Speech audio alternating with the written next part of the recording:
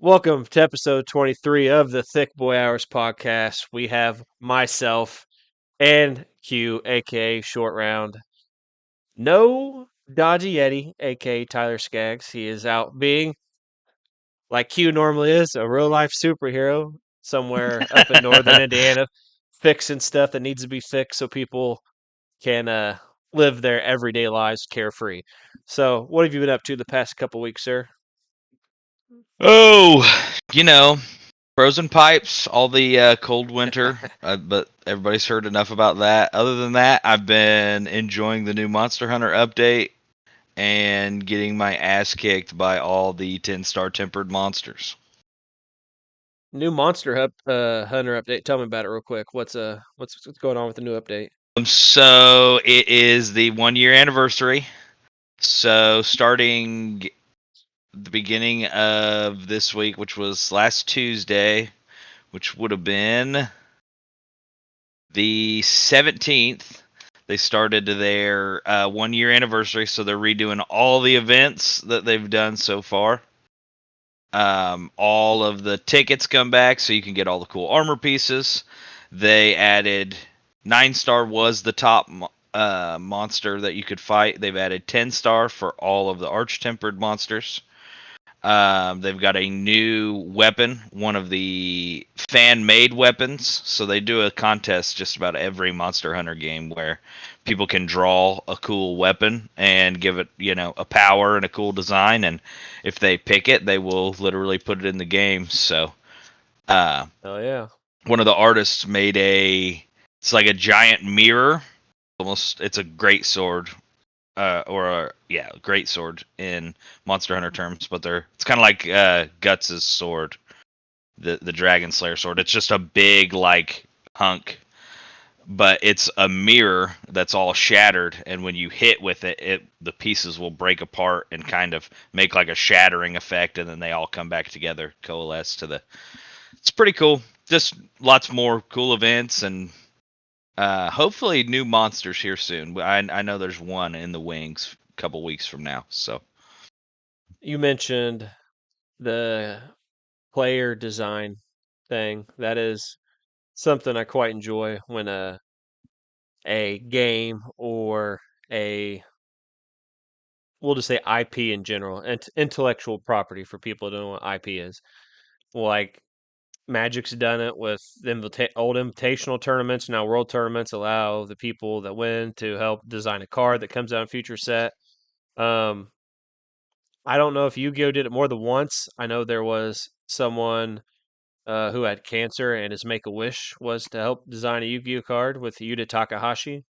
And it's if you've never heard of it, it's called Tyler the Great Warrior. And there was recently a big video on Alex Simo's YouTube channel. It's CIM and then 8 O's, and it's a pretty good insight into about the card, the design of the card, because recently the guy ended up getting cured. He became cancer free, and then to build a house for his family. I can't remember the exact details, but he ended up getting it graded and then auctioning it off to it's awesome. get money for his family or whatever the case was. And luckily, he still got like the mock-up designs or something like that. So he's got some. Obviously, he's always got the reminder. I mean, he had cancer at one point in time, but Yeah, he's got the reminder through those designs they worked alongside with Yuta Takahashi before he passed away when he was a kid, and it went to uh, as far as I know, it went to someone who is a big Yu-Gi-Oh fan, which is always a bonus. So something to look for on Alex Simo's YouTube channel. Once again, definitely a cool video. I always enjoy insights into something like that.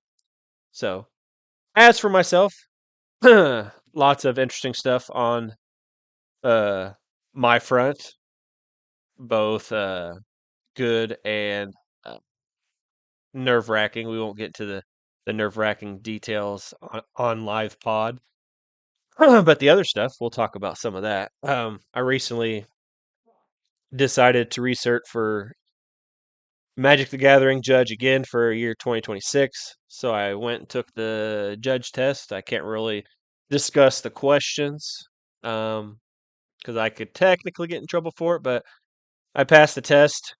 I missed a couple that Hell I yeah. I missed a couple I had the right answers for the first time, and then I Yeah. went back and checked. I'm like, are they trying to play like a little trick on me here? Because the way spells of magic are actually cast is different than the way we all just play. We all just tap our mana, put the spell onto the stack, and all that stuff. When the actual factual way to cast a spell is you announce that you're casting this spell, cost increasers, cost reducers, um, check for affinity, whatever the case may be, and then you tap your mana. So like I'm like, are they trying to play a trick on me here? And I went through and changed two of my answers. One I did miss, which was on me. It was a very stupid thing, and I just clicked the first answer instead of just thinking about it for a second. Which, if I was asked in real life, I would have had the correct answer. Um, but I passed the test. It was actually accepted last night after the Magic tournament I played at last night while we are at B Dubs. So Magic Judge for Heck one more yeah. year, hopefully with the announcement at I can't remember if it was Pro Tour Lore and Eclipsed or it was one of the recent Magic events where they announced that there was a new head of some judge. Like there was a position title announced, and I don't know exactly what it was. So we'll see what 2026 has in store for the judge program. But I played Magic last night, got second. Played what deck did I play? I played Blue Red Affinity, which is the deck that Skaggs talked about playing when he starts playing Magic again.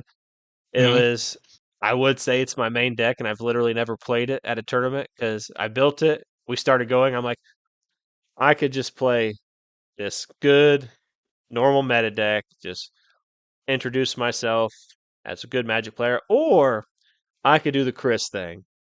I could play this 5 color deck that nobody knows what it does, nobody expects it. It's got frogs, and I could talk about twiddling my glarb all night. And so I went with twiddling my glarb, and me and Riley came up with that meme. It was pretty funny, but had fun. Got second, so that was pretty cool. I played in my first actual, got my actual first reps with ACEDH deck, air quotes, and played 8 or 9 games. I think I won two, which my goal was to win just one, so surpassed my goal. Also You're had two kind of draw. killing it in these tournaments, man. I'm trying, man. I'm trying. Every week it's like you either got second or you place pretty high every Yeah. week. That's pretty good. Um, I think there was one I got out of 14. I think I got like 8, and it was when I played Dredge, so I didn't do so hot with Dredge, which is to be expected in this Dredge is hard. this modern era when Yep. I don't got the reps in with Dredge. But CDH was fun. Like I said, I got 2 wins. Walking Ballista, Infinite Counters off Animar. But there was 2 draws because there's like a different philosophy when it comes to EDH, EDH, CDH, so to speak. Like a lot of people, like someone will be winning, and then someone's like, "Well, here's the stop. I offer a draw," and it was kind of confusing at first. He's like, "Well," I asked him to explain like the situation of like why he would do something like that, just because I'm new to their format specifically. So I'm like, I was just curious. He's like, well, he's gonna win, and I think you're gonna win next turn. So if we don't agree to a draw, I'm not going to stop this guy from winning just so you can win next turn. Yeah. And I definitely wasn't going to win next turn. And obviously, it's his opinion to believe, his choice to believe me or not. So I figured a draw is better than losing to somebody else the next turn. So I'm like, sure, why not? So, but 2 wins was pretty good. The last game of the night was my second win, and it was pretty climactic. Everybody got to do something cool. The last game, I don't know what all 4 of us were playing. I can never remember what the fourth guy playing, but his name's Chad. He's really cool. He was one of the first people I played with when I played Animar without having it CDH modified. and he was going to win. He was trying to. He necropotents his whole life away, so he's down to like 4 or 5 life, and the only mana he has is like treasures. And whenever we sacrifice a permanent, we take 1 damage because it's something else somebody else had. So he's trying to navigate sacrificing his treasures. Obviously, taking damage every time he sacks a treasure. He's trying to brain freeze everybody out of the game because he can't fast his Oracle at instant speed, but he can brain freeze. Yeah. And like he has to do it at instant speed because he's going to lose all the cards he got off Necropotence. Yeah. So theoretically, he might have been able to do it. However, he was at 3 life. So he brain freeze, went down to 3 life, had he plenty of treasures. Sacrificed a treasure, went down to 2 life, went to brain freeze, and then the guy to my left, which is playing a cool card. I don't know the full name, but it's Winter something. And it's like it's Jund, but when you have Delirium, everybody's maximum hand size is reduced by the card types in your graveyard. So it's kind of interesting. I'd never seen it before. But he sudden shock the guy. Sudden shock is 2 red Nicolas with split second deals 2 damage. So he no nobody could nobody could respond. He just has to die to the sudden shock, which was really funny. And then it was shop was closing at midnight, so like I had like a minute and a half before it was time to wrap up. So it goes to my turn. So I just real quickly play this card, get 3 different cards, get one at random in my hand, draw 10 cards, tutor out Walking Ballista, and I got my second one. So it's pretty cool. Overall, pretty good couple weeks for the most part, especially magic wise. Not a lot going on the video game front. I was going to start speedrunning again Monday. However, that didn't happen. And I was going to try to catch up on YouTube videos. However, that didn't happen because I was going to watch some of the anime that you and Skags had suggested, which I used you guys for an article and you didn't even know it.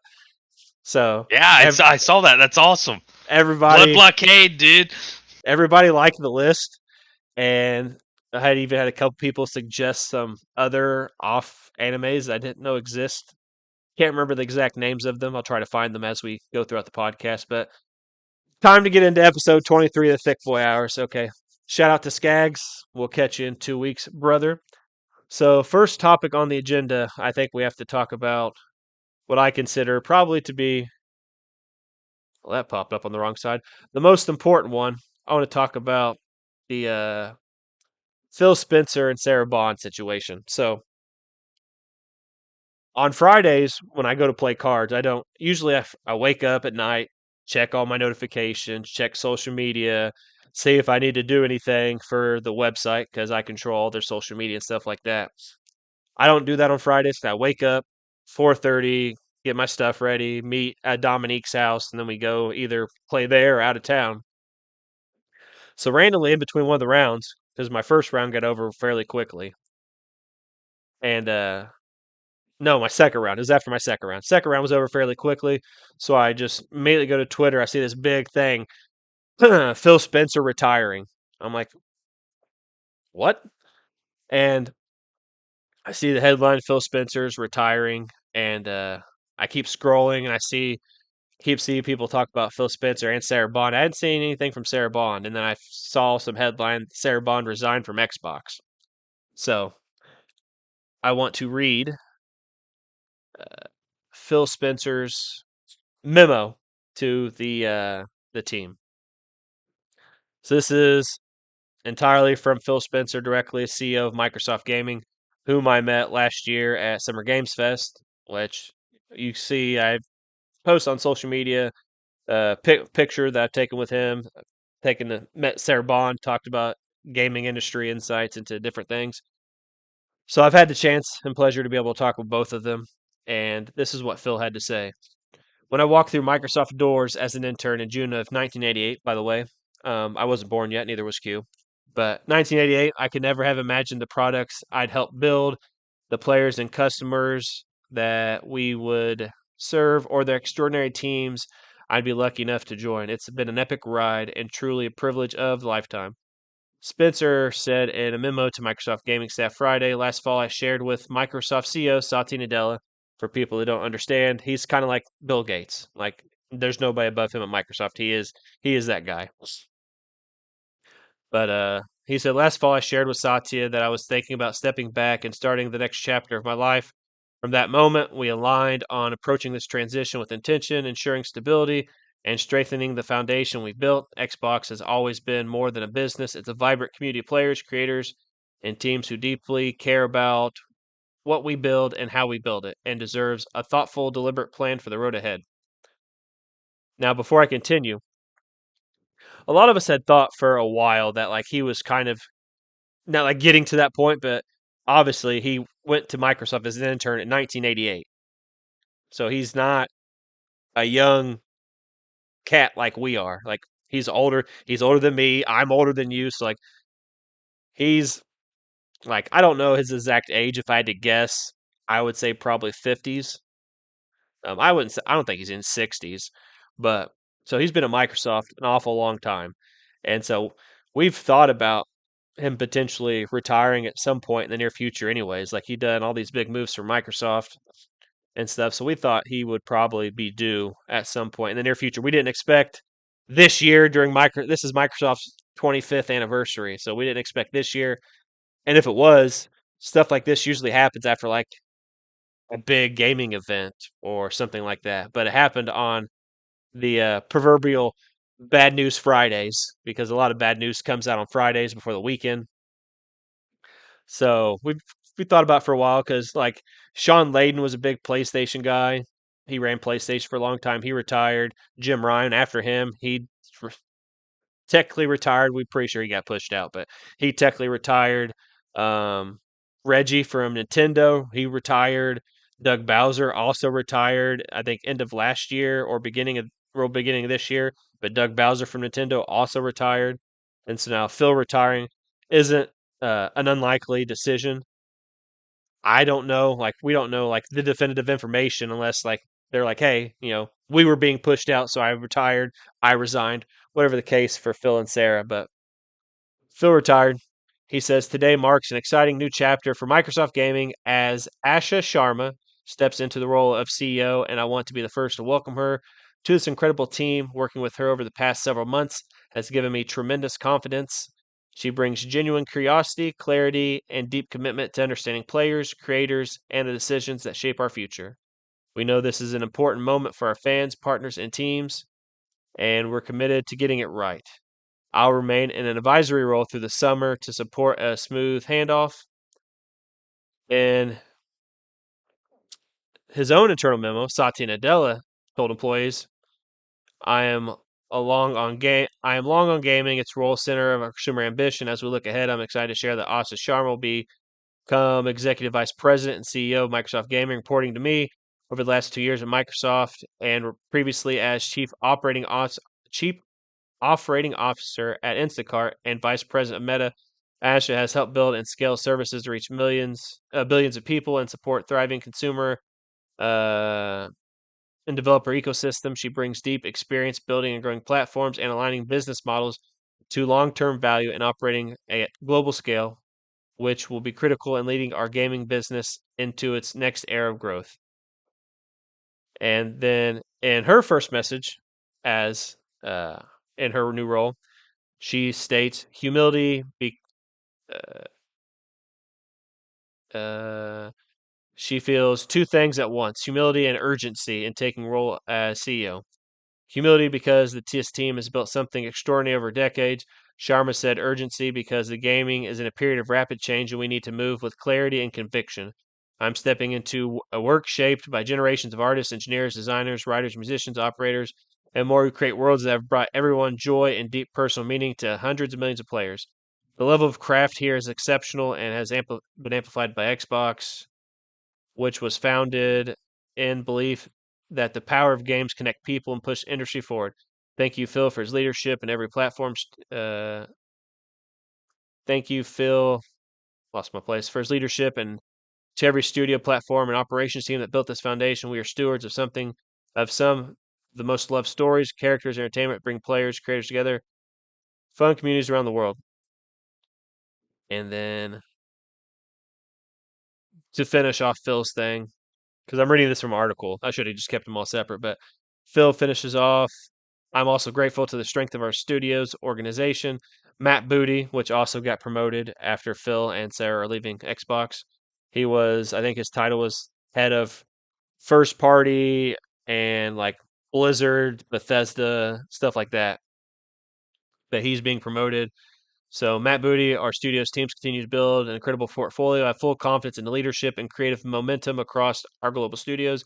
I want to congratulate Matt on his promotion to Executive Vice President and Chief Content Officer. As part of this transition, Sarah Bond has decided to leave Microsoft to begin a new chapter. Sarah has been instrumental during a defining period for Xbox, shaping our platform strategy, expanding Game Pass and cloud gaming, supporting new hardware launches, and guiding some of the most significant moments in our history. I'm grateful for her partnership and the impact she's had, and I wish her the very best in what comes next. Most of all, to everyone in Microsoft Gaming, I want to say thank you. I've learned so much from this team and community and grown alongside you and been willing to continually be inspired by the creativity and courage and care you bring to creators and one another every day. I'm incredibly proud of what we've built together over the last 25 years, and I have complete confidence in you and the opportunities, uh, confidence in all of you and opportunities ahead. I'll be cheering you on next chapter of Xbox's proudest fan and player, Phil. Now it's interesting, so I'm going to read. Sarah didn't post anything, and this was posted last night. I'll read hers and then we'll discuss. Hers is shorter and it's on LinkedIn. Um, Sharing with gratitude the note I sent to my team today. Grateful to players, developers, partners, and teams. Forever fan of Xbox. Sarah says, "Hi, team. I know there's been a lot of news to take in today. I'm incredibly proud of what we've built together over the past 8+ years. PC and cloud gaming are growing faster than ever. Our next console is well underway, and together we've helped lay the foundation for a more open gaming platform that spans devices and reaches players around the world. When we announced our intention to acquire Activision Blizzard in 2022, I committed to helping lead Xbox through what would be a critical period of change. Over the past 4 years, we've navigated that moment together and positioned the business for what comes next. We took on some of the biggest challenges this organization has ever faced, and we did it as one team. With that, I've decided this is the right time for me to take my next step, both personally and professionally. We're living through a transformative technological era that will shape the next generation of our industry, and I'm energized by what's ahead. This moment also presents a unique opportunity for fresh eyes and new leadership to guide the team into its next chapter. I've had the privilege of spending time with Asha over the last few weeks as we've planned for this transition, and I've seen firsthand her deep commitment to our players, developers, and brand. She brings deep technology and commerce experience along with a strong track record of building and scaling platforms that the world uses. Xbox deserves this. I'm excited to see her lead this next chapter for our team. Our maid as a special advisor to Asha, excuse me, to ensure a smooth transition and set the organization up for continued success. I want to thank Phil for his mentorship and friendship over the years. He's been a consistent champion of this business and the people who make it what it is. I've learned a great deal from the way he leads through both opportunity and challenge. I'm grateful for his trust and support throughout my time on the team. I always want to thank Satya for his sponsorship and support through my time at Microsoft. As I prepare to sign off, I've been reflecting on 3 simple questions I've tried to use to guide my days. Did I bring my best? Did I help someone else succeed? Did I do my best work? I hope the answer has been yes for many of you. It's been a privilege to work alongside the team. Always, Sarah. So, lots to unpack, and I'm not going to read the rest of Satya's full thing or Asha's or Matt Booty's. So Phil has always been a gamer, which was I felt was always important to Xbox. Whether we agreed with the route they've taken over the past couple of years since the acquisition of Activision Blizzard, going games on multi-platform, kind of going away from exclusives for the most part, um, opening up Xbox to potential, which I've talked about on the show before, um, having like a Steam OS or different shops on the next Xbox, whatever the case is, when everything's 100% finalized. But Phil's always been a forefront of gamer, which was always important, I felt, to us, whether we play on PC or Xbox in general, because usually Microsoft is the one that jumps out foot first, steps on the rake, hits themselves in the face, and then everybody kind of follows suit after the waters kind of settle, after Microsoft takes that first leap. Microsoft and Xbox. And Phil's been a part of everything. He's been at Microsoft since 1988 as an intern. You got to think. Um, so let's see, 10, 20. That's over. He's been there over 30 years, I believe. I'm not going to do the math, but I think it's over 30 years, almost 4 decades. So he's seen it all. Um, Launch of Xbox 360 era under Peter Moore, the downfall of Xbox One takes over, kind of brings it back to prominence, and then takes a seat at the head table, so to speak, when it regards to gaming. And then Sarah Bond comes in to role person of color in a prominent role as president of Xbox is not something we see very often. And it was pretty cool to see a person of color, especially a woman, take a prominent role for once, leading and one of the top industry platforms in Xbox. So for Phil to retire, like I said, it's not like he doesn't deserve it. He's been there a long time. Todd Howard of Bethesda, the guy behind Elder Scrolls, Starfield, like he's going to be there within. I I would be surprised if Todd Howard does not retire after the next Elder Scrolls 6. Oh, after Elder Scrolls 6 or right before it releases. That's when I would estimate Todd Howard will retire. Um, I bet you he extended his contract with himself a little bit because of Fallout. The TV show, it yeah, got put on for what 6 seasons from what I've heard.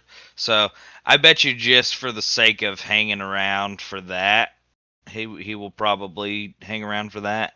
But no, I agree with you. We're kind of hitting the new age of it's time for new people to step in and take over these roles. which is kind of it's untested. It's an unprecedented time and untested waters, so to speak. Because like I mentioned, Phil was always a gamer. Like I don't know how much of a gamer Matt Booty is, but he's been an Xbox a decent amount of time working along Phil. So like he knows how Phil does stuff. I'm sure everybody has different ways they're going to do things. Um, when I let you go to discuss your thoughts, I'm going to look up. Asha did post something on Twitter yesterday that I will look up or whatever. Uh, Something very short in a short post, but I didn't get a chance to meet Matt in LA last year. I did get to see him. He was at the same restaurant we were eating at. However, it's like, do you go up and interrupt someone's meal, an important executive or whatever the case may be? Whereas Phil and Sarah were in the hotel lobby on like a brunch type thing. They came up to us, they talked to us, or whatever. So like, it's a different scenario. So we'll see. Yeah. I don't know if Phil and Sarah will be at Summer Games Fest and Xbox Showcase this year. I don't know if Matt Booty. I don't know if Asha will be there. I don't. We have no idea how it's going to work because people like Phil and Sarah, Reggie of Nintendo, um, Sean Layden, kind of not quite as much, but like people and executives like them were like out with the fans. Like they were a focal point for fans to look for. Like they were on the stages. They were making those big announcements when E3 existed. Like they were out in the community, the public, and stuff like that. Whereas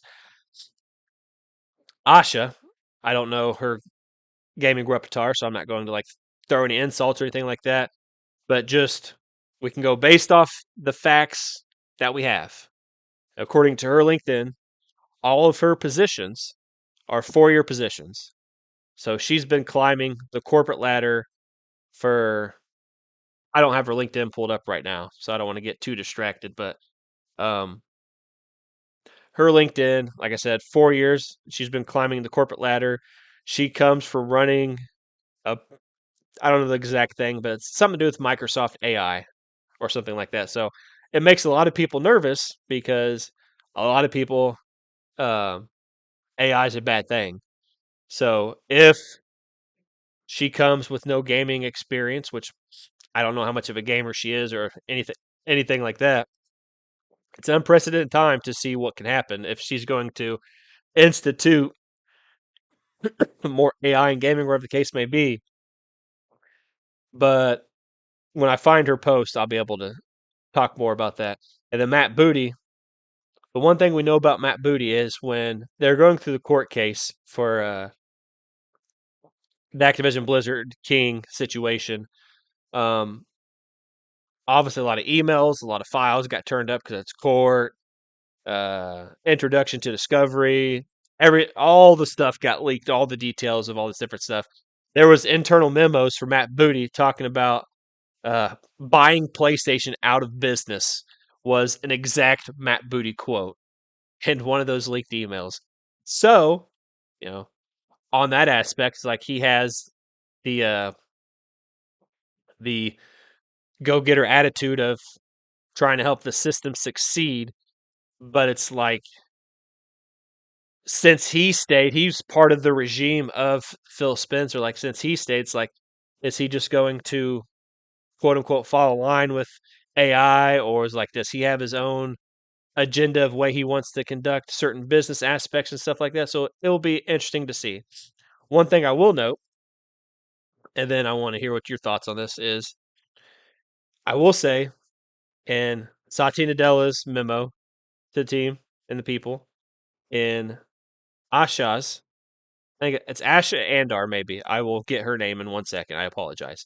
And Asha's post to the team, and in Matt Booty's post to the team, they thanked Phil for his time at Xbox, all that stuff. There is no mention of Sarah Bond. So, the only thing we can do without definitive information is speculative theories, our thoughts. So, what we've all thought since Sarah became the president of Xbox is like we all knew Phil was going to retire for sure within the next 10 years. And it's like she's kind of being groomed and pegged to be the next person to take Phil's job when he steps down and retires. Clearly, with what happened, that's not the case. So it's like my thoughts, as well as a few other people's thoughts out there. Like I said, we have no definitive information. This isn't confirmed until it's explicitly said to us. One of two things. Either I think that the position that was promised was not given to her and was instead given to Asha, or she knows the trajectory of the business, the format model of where Xbox and Microsoft is going, and maybe she just didn't want to be a part of that anymore. In her post on LinkedIn, she says personal and professional uh, next steps in a personal professional career. So like she could be being nice or just like being professional about the situation. But my opinion, along with a couple others, is the position was probably promised to her. She didn't get it, or she just didn't like the future. So as I try to pull up this tweet from Asha, what are your thoughts on this whole situation? I think as much as people don't like it, change has to happen. I know that's kind of counterintuitive from the way I argue about Magic the Gathering most of the time, because I tend to be a just let magic be magic kind of thing. But I think when it comes to people in charge of anything, you can hit this kind of stale note in whatever it is that you're doing. And sometimes you have to have new people in there.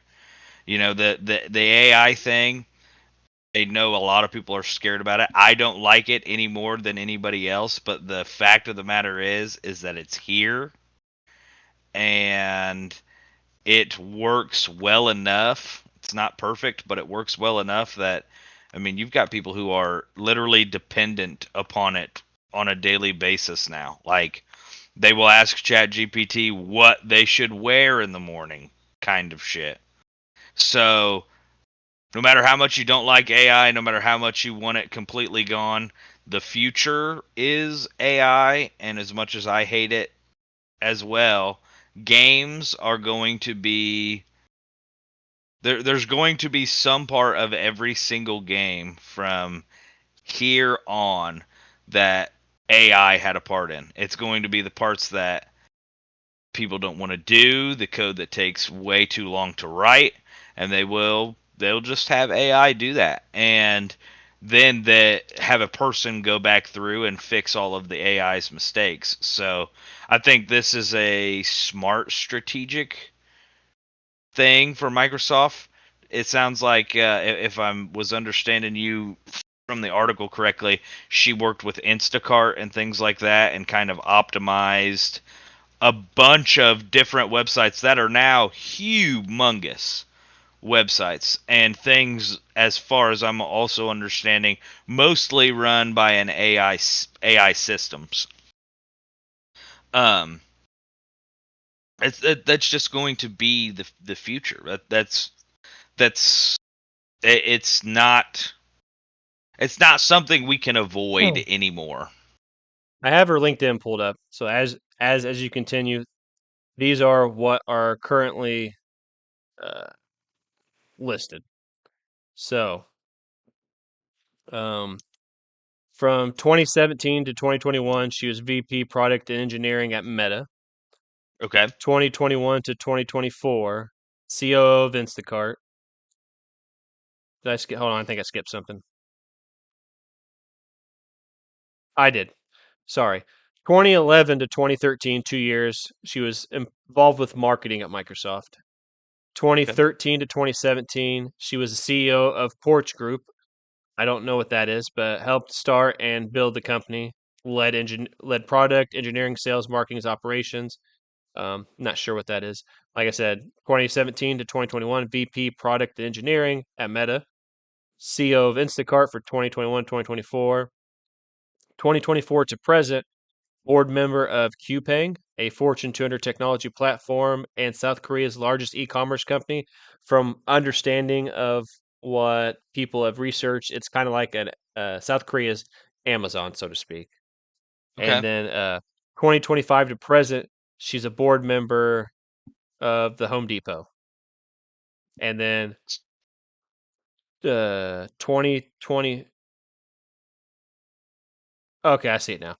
I was like, this is confusing. 2024 to 2026, she was the president of core AI product at Microsoft. Which leads the product portfolio for AI models, apps, agents, responsible AI developer tools for customers worldwide. Previously, CVP, head of product for Microsoft's AI platform. And then February 2026, the president, she's already updated, CEO of Microsoft. So go ahead and Yep. continue. Well, that's just what I mean. That kind of continues my point there that we're not going to be able to get around it. So it doesn't sound like she's really like AI forward, but she has a lot of experience running a lot of different, fairly substantial companies. So I'm going to stay on the side of optimism that maybe this is the little bit of push that the gaming industry needs to get back to making good games. I know we've talked about that a few times. We've kind of hit this plateau where everybody's making the same games because that's what sells and people will buy it, and Yeah. there's always a risk of that, somebody coming in and just being like, hey, you know, we don't need to flex our creative muscles anymore. We just need to pump out garbage that people will buy. But I'm going to stay on the optimistic side that all the new blood that's coming in and kind of running things now is going to keep a upward trajectory on the state of games. And like, it's interesting because I literally think the day before or 2 days before this announcement, people were calling for Herman Holst, which is the boss at PlayStation now, to be fired for. Uh, I would have to find out the details. I completely forgot about it till we were talking.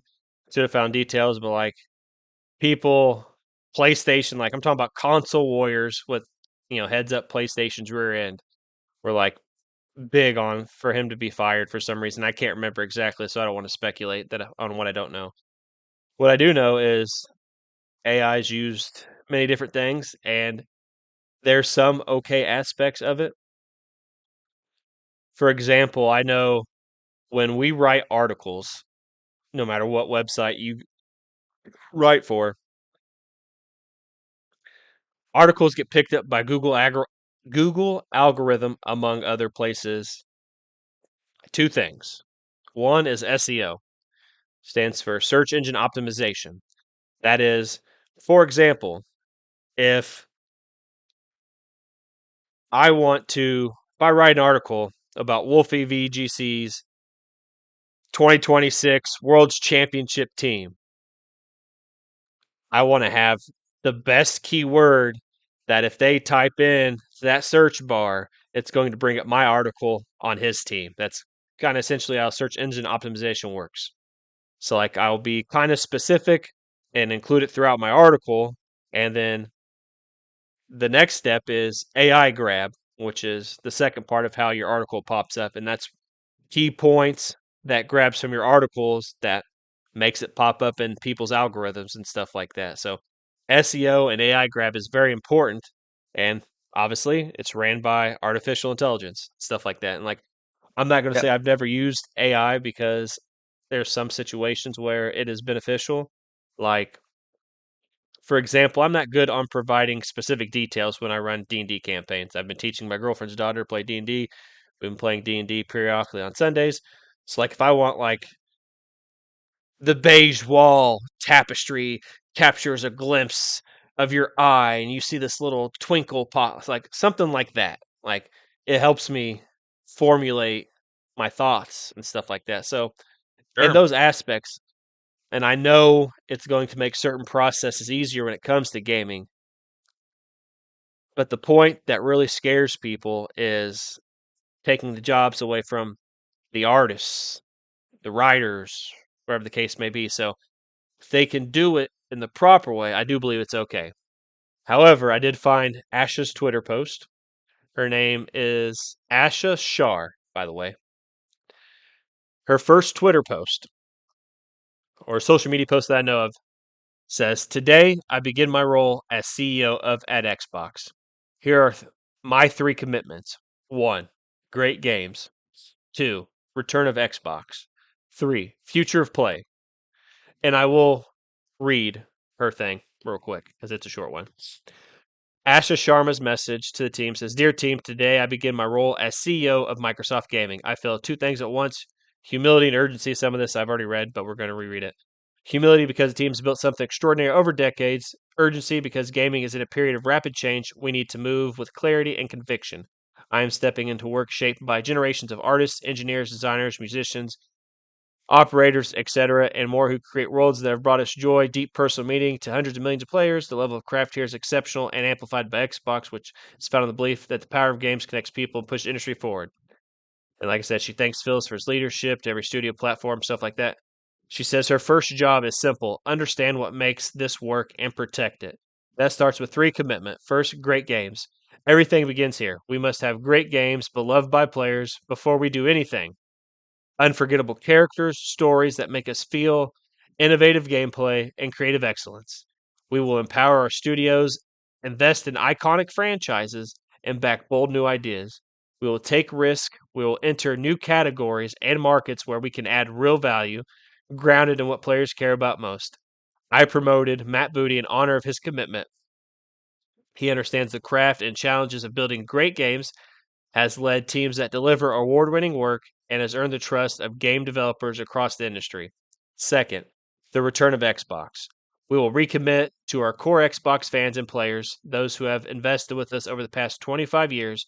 and to the developers who build the expansive universes and experiences that are embraced by players across the world.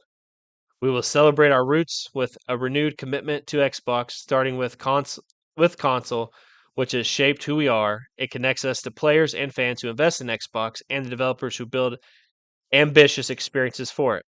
Gaming now lives across devices, not within the limits of any single piece of hardware. As we expand across PC, mobile, and cloud, Xbox should feel seamless, instant, and worthy of the communities we serve.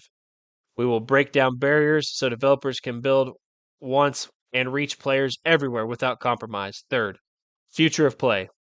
We are witnessing the reinvention of play. To meet the moment, we will invent new business models and new ways to play by leaning into what we already have: iconic teams, characters, and worlds people love. But we will not treat those worlds as static IP to milk and monetize.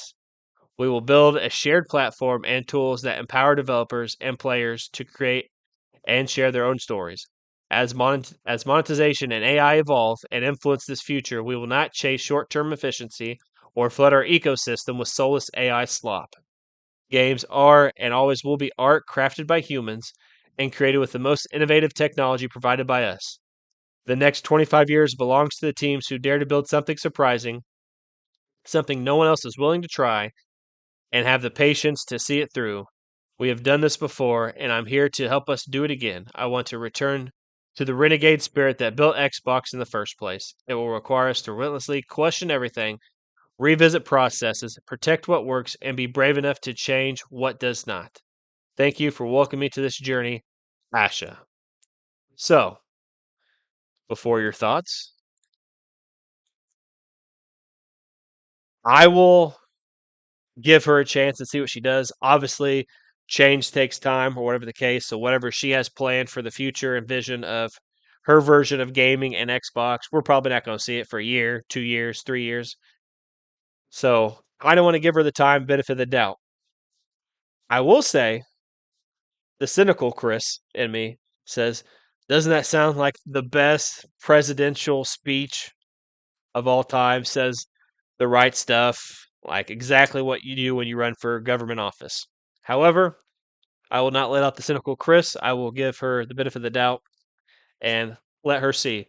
As you can see, like I did mention, there's no mention of thanking Sarah Bond for her time. Although in Sarah's message, she does say she's going to stay on as an advisory role and help for the foreseeable future. So, like I said, interesting. And Asha's message, Matt Booty's message, Satis, no mention of Sarah Bond, thanking her for her time or anything. So, take that as you will. But your thoughts after reading that message? I mean, right there in line. I think I'm going to stay positive. I mean that's a whole lot of, like you said, those are the right keywords to say when you're put in a position like that where you're kind of thrown in to being the top dog. But I think I got high hopes. I like the sentiment that Xbox is coming back because uh, that's the first console that I bought myself and bought all the games, played a lot of Call of Duty and stuff like that on Xbox. And I do kind of miss I don't miss the exclusivity of, like, oh well, I can't play with this guy because he's got a PlayStation. I don't miss that, but I do miss the, like, this game is for Xbox. Like, there used to be games that would come out where it was like, man, I almost want to also buy an Xbox because I want to play that game too, or vice versa. I almost want to buy a PlayStation because I want to play that game. So I don't know. I think it's gonna be like you said. It's gonna take a little while because I mean, hell, we've already got all these games coming out this year that we know about. They've probably have everything for at least half of next year, if not all of next year, figured out. So it'll be a slow burn into the change, but I'm excited for it. like I said, it will be interesting as well to see, um, like how out in the community or how much with the community they'll associate with too. Because, like I said, Sean Layden, Reggie, Phil, Sarah, um, they are like the community feels like an attachment to these people because they always involve the community with a lot of the aspects of like whether it's the fan fest, the E3s, just the different video game events being those focal figures. And like I know there's a lot of people scared because like I said, I read Asha's LinkedIn, like there's nothing to do with gaming there per se. Um, Yeah. Matt Booty's been involved for a big portion of Phil Spencer's regime. I don't know what Matt did prior to that. I don't have to pull up his LinkedIn or whatever, but it's it's a lot of saying the right thing. So we'll see what happens. Uh, still am a big fan of Sarah Bond and a big fan of Phil Spencer. These are pretty big executives, so you got to think like for them. And I know like I don't trust big corporations. I don't trust Microsoft. I don't trust Sony. I don't trust Nintendo. It's like I don't trust them. I know they're not like we're acquaintances. They're Yeah. not Q. They're not Skaggs. They're not Fletcher. They're not my friends IRL. However, they are acquaintances, and I can like probably 30, 45 minute conversation. Like we took a couple pictures for social media, but like 30, 45 minute conversation. Um, I'm not gonna go into details of what we talked about or whatever the case may be because it's not relevant. But like industry insights and kind of enlightening me to certain things and like bestowing certain knowledge on me like I wouldn't have gotten without going to that event last year, which I've already booked my flight for the event this year. So currently still scheduled to go this year. I booked my flight. It is a refundable ticket, I do believe. So if something happens, then in that case I could probably get my money back. But still planning to go this year. I've already booked my flight. Um, So it's going to see how out in the community that they are, how forefront they'll be, and potential changes they're going to make. I know a big thing is Game Pass. Like Phil, Sarah were big Game Pass promoters or whatever, big and big fans of Game Pass. So it's like I've not, as of this us recording this, I've not watched anybody else's videos of their opinions on the situation of Game Pass and stuff like that. So it's going to be interesting to see what happens with that and the subscription model moving forward. So it'll be interesting to see. Hopefully, it is good for the brand industry because the industry currently is in a tumultuous situation, and I know 2026 is going to depend a lot on GTA 6 as a whole and how well GTA 6 does. Um, I do want to mention for the people watching, there is an interview from one of my good buddies, Luke Lore, known as Insipid Ghost, on YouTube and socials. He interviewed Matt Piscatella, um, which is an industry person. He works for Circana. Great interview. Go check it out on Xbox Expansion Pass. I did it. My recent article is about that interview with quotes from Matt Piscatella about different uh, important topics within the industry. And one of the quotes is about GTA 6 and how important it will be in 2026. So, salute to Phil Spencer and whatever he decides to do next. A lot of people were joking that because we're getting ready to get into PlayStation, but PlayStation also shut down Blue Point Games, which is the people in charge of like all their remakes and stuff like that. So a lot of people are joking like it'd be real funny if Spill Sensor took over for Blue Point Games and brought these games back to prominence and stuff like that. Just joking, whatever. But congratulations for Phil Spencer, a long career at Microsoft. Look forward to seeing what he does next, or if he fully retires. It's well earned. with what he's done at Microsoft, and big fan of Sarah Bond. Look forward to seeing what she does next. Now, as we move on to the other side of things, we got PlayStation. PlayStation recently had a state of play, I think, on the 12th. And this has led to some different things.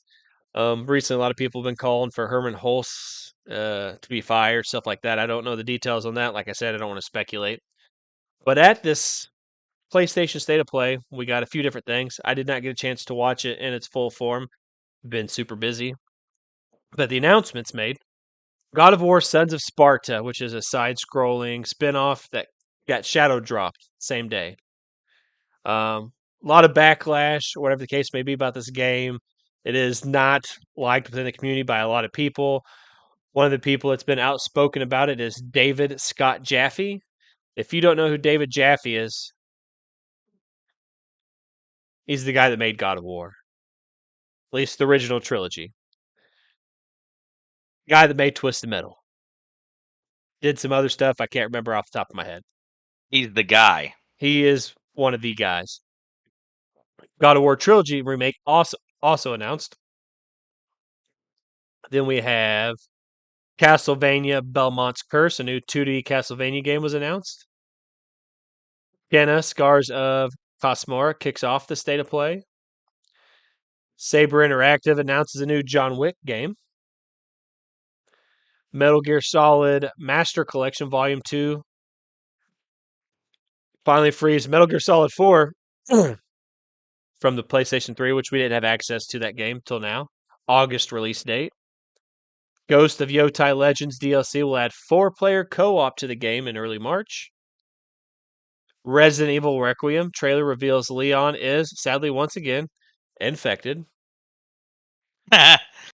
Saros gets a gameplay deep dive trailer. Marathon reaffirms March release date with February Server Slam.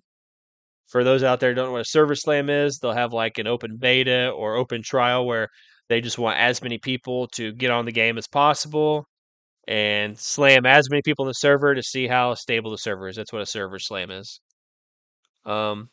Control Resonance shows off an extended look at its gameplay. 007 First Light story trailer gives a cinematic look at Bond's earliest days. Beast of Reincarnation release date announced, which I know a lot of people.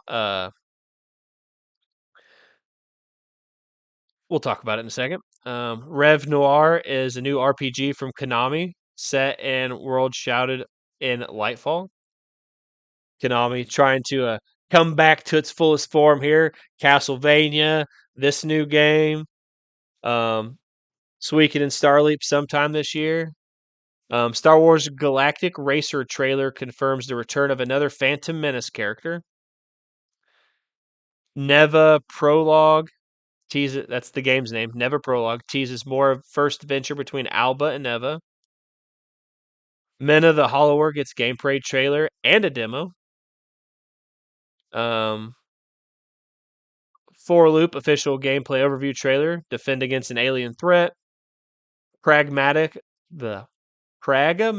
shows off more of its world and story. Death Stranding 2 On the Beach will be released on PC early next month. Marvel Token Fighting Souls release date, new X-Men characters announced.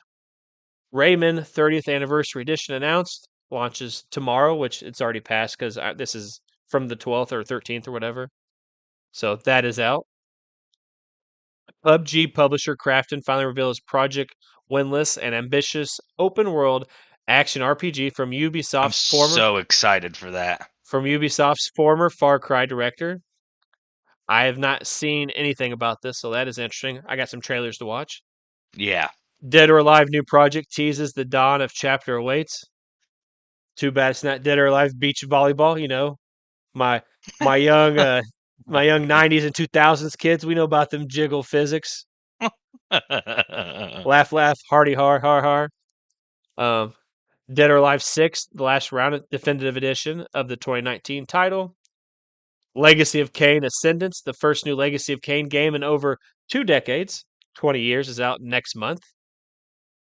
Legacy of Kain Defiance Remastered set for March 3rd. Your boy's birthday. Darwin's Paradox lets you become an octopus who wants to find their way back to the ocean. Yako Shinobi Ops aims to redefine shinobi action. Crimson Moon is a gothic action adventure RPG that wants you to defend humanity from hell. There's a long list of stuff. Brigadine Abyss is the next entry into Fantasy War Strategy RPG series. And that is it. So while I leave you to digest, um, I will post this link so you can scroll and look at it, which I probably should have done initially anyways. So they're going to see some Discord stuff for a second. Post it You're in the talking pod. about the state of play. I've got the whole list pulled up. Okay, so I don't need to do that then. All right, back to full screen. So while you look through, a couple things I want to talk about. Like I said, for some reason, the God of War thing, I don't know what the hubbub is because I've not played it. I'm personally not a big side-scrolling fan. Like I played Ayuda Chronicle Rising, which was an extra bonus add-on to like. If you know me, I reported on the game monthly for 4 years before 100 Heroes came out. So like I played it, we reviewed it for the website. Like it's all right. Um, I wouldn't have gave you to Chronicle Rising a 10 out of 10 or anything like that, just because I'm not a side scrolling guy for Castlevania, Prince of Persia. Like I can't tell you the last time I played Mega Man. However, I'm always for new games to be tried out. Like Halo, a long time ago, you might remember, made a game called Spartan Assault.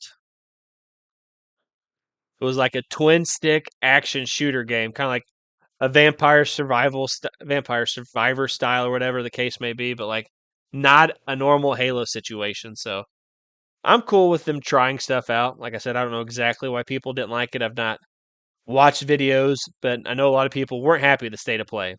My A lot of only assumption can be that they're probably locking things in now as concrete lore. I think something that everybody's always loved about God of War is roundabout what's going on, but it's like when I was a boy has always kind of been like a story, and now yeah, it's like, hey, here's the actual events, so you guys don't get to speculate anymore. There's no head canon for what may or may not have happened. We're telling you the story, and people probably don't like the story, is my guess. but I will try it at some point. I'm sure. Rayman 30th anniversary is kind of funny. I remember growing up, a lot of the games that were bought for me were like Spyro, Croc, Mm-hmm. Rayman. Granted, I'm not going to turn down free games. However, I was focused on WWF Warzone, WWF Attitude, SmackDown, SmackDown 2, Know Your Role, the Suikoden series, Final Fantasies, stuff like that. Um, Even my dad, when he bought me games, he tried to buy me like Game Day '99, like the sports Yeah. games, stuff like that. Like I played sports games too. Like I played all kinds of games, but like so I've Blitz, dude. yeah, Blitz. I've played the Rayman 2000. You got me thinking of Blitz 2000 now. So I played the Raymans and stuff like that. And it's fun for some people. I know we have some Rayman fans for our website, and it's cool to see 30th anniversary them doing something special for it. Um, I've played Legacy of Kain before. Honestly, it's like when I reviewed Final Fantasy Tactics, they made the remaster last year, whatever, for the website. I had forgotten everything I played as a kid. And it's the same situation when it comes to Legacy of Kain. Like I don't remember anything. And like that could be just all the weapon shots or headshots I've taken over the years. Like my memory's just not good anymore. But I literally don't remember anything in regards to uh Legacy of Kain. So um I will definitely be playing the one that comes out March 3rd and the new game to refresh my memory and see if I liked it. I don't remember if I did or not, so I'll be diving into that at some point. Castlevania, I don't remember a lot about. Like, I wasn't a big like Castlevania is a great game. Don't get me wrong, but like, that's not the type of games I was playing growing up. I know my mom played some Castlevania back in the day, so I know Castlevania lore. I've talked to Jordan in details about different Castlevania stuff. So like, I know stuff about Castlevania. Um, John Wick, I've never seen a John Wick movie, so don't really have an opinion on that. But obviously, more happy with games like that.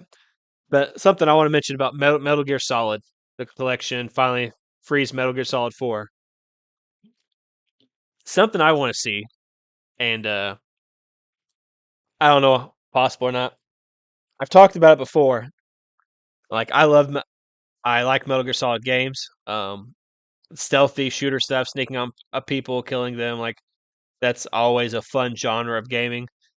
But my personal favorite, I know the vast majority is not going to agree with me, but my personal favorite Metal Gear Solid is Acid from the PSP, and it's uh, tactics, a turn-based game. And I know Andy Corey Lee gives me shit all the time about it because it's my favorite Metal Gear Solid. I wish that they could bring Metal Gear Acid and Acid 2 from the PSP to new era consoles. I know they can do it. I'm sure that they could. I just don't know, like, with developers and licensing. Like, I don't know if like it's that type of aspect of why they couldn't do it. Like, because we've seen games that were made for cell phone be made into actual games for console. We've seen smaller games like G Arc, which was a PSP game, be brought to modern consoles. I played it on PS5. So that is what I want to see from Metal Gear Solid. But I'm super happy that more people will get to access Metal Gear Solid 4 finally after not being stuck on PS3. I know a lot of people are super excited for Ghost of Yotai, the four-player multiplayer. Resident Evil. I know a lot of people love Resident Evil. The horror game genre is not something I usually dive into. It's not like I don't enjoy it, but like it has to really grab me. So like I played Resident Evil Village. I've played Fear 2. Fear 2 grabbed me back in the day. I actually have Fear 2. I bought it last year on current console on current Xbox and played Fear 2 last year. So kudos to Resident Evil, and apparently Leon being affected once again is uh interesting. So I will leave that up to the fans of Resident Evil out there to speculate about. I don't know much about Sorrows, but I'm gonna watch the trailer after we get done. I don't have confidence in Marathon. That's just me personally. Yeah. Bungie is on the downswing of popularity with everything they've done. So we'll see what happens with Marathon. Some people have confidence, some people don't. Some people think it's another Concord situation. I hope not, because when a game comes out and closes down immediately, it's not good for anybody. Not good for the studio. Not good for PlayStation. Just not good for anybody in general. Control is a very popular game, so I know a lot of people are super excited for that. A lot of people had some issues with this state of play because it's a lot of third party announcements we've already seen and heard about from like Xbox or previous things. So like a lot of people is like, it's cool that these are coming out on your console as well, but like give us new information.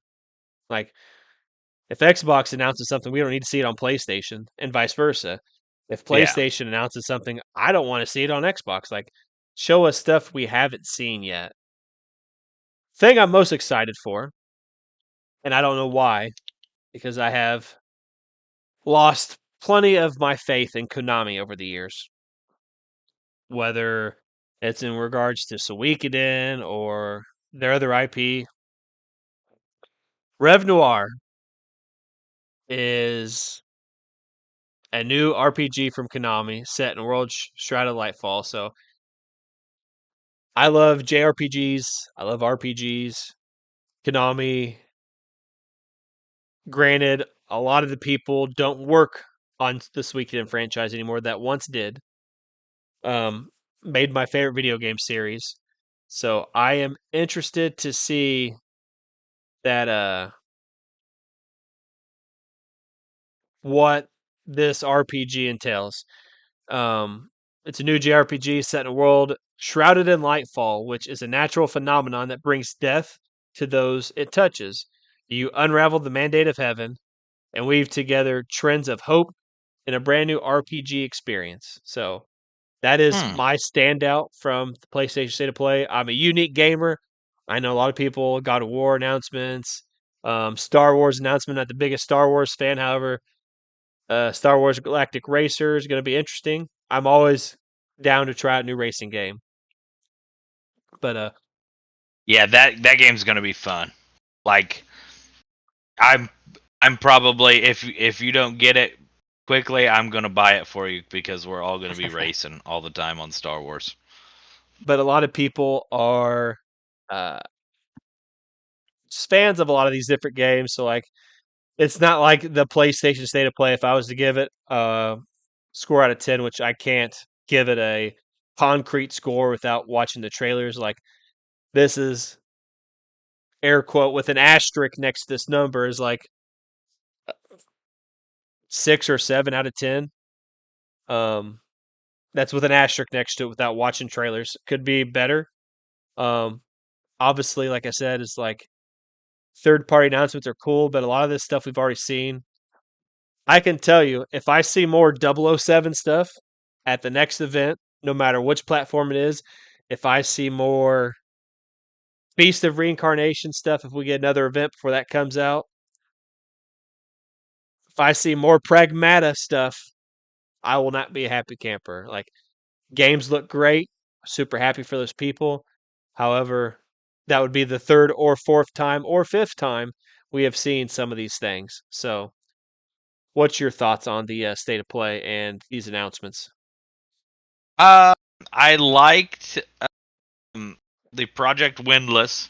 I think that game looks really cool and fun. It kind of gives me oh, what were the games? I used to play them all the time. Dynasty Uh, Warriors? Dynasty Warriors. Yes, kind of gives me that vibe. It's more open world and like, but like the fighting. Once you watch the trailer, you'll see what I'm saying.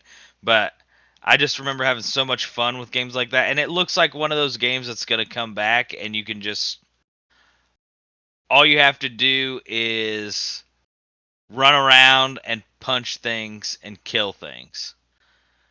You don't have to there's not going to be a bunch of puzzles. There's not going to be a bunch of, which I love puzzles. I like my games to be, as diverse as possible, but sometimes you just need a game where all you're doing is run around. And I don't know if you saw the picture for Project Windless, but the guy's a giant chicken. I've not seen it. Okay. So he's literally like this huge hulking chicken man, and he uses these big crazy like awesome weapons. And you just like there's hordes of enemies coming at you, and you're like just hacking and slashing. It looks fun. Just one of those games to have fun with. And I bet you it has a cool story and everything else with it too. So that's the one I'm excited for. But yes, a lot of repeat stuff that I don't appreciate because um there's like you said, there's no real reason to give us the same stuff over and over and over and over. Oh man, I can't recall on you. does it every time. So, always enjoy seeing video game events. Like I said, interested, and we'll see what happens, especially in the tumultuous time that we're in right now with gaming. Like I said, GTA 6 is going to be an important part of 2026 for the success for gaming for all platforms. Even if it doesn't come out on Nintendo at all, like it's still important in the overall scheme of gaming in general. Oh yeah. So, since the last podcast, we had a commander, banned, and restrict. We had announcement for other formats, but nothing worth of noting for those.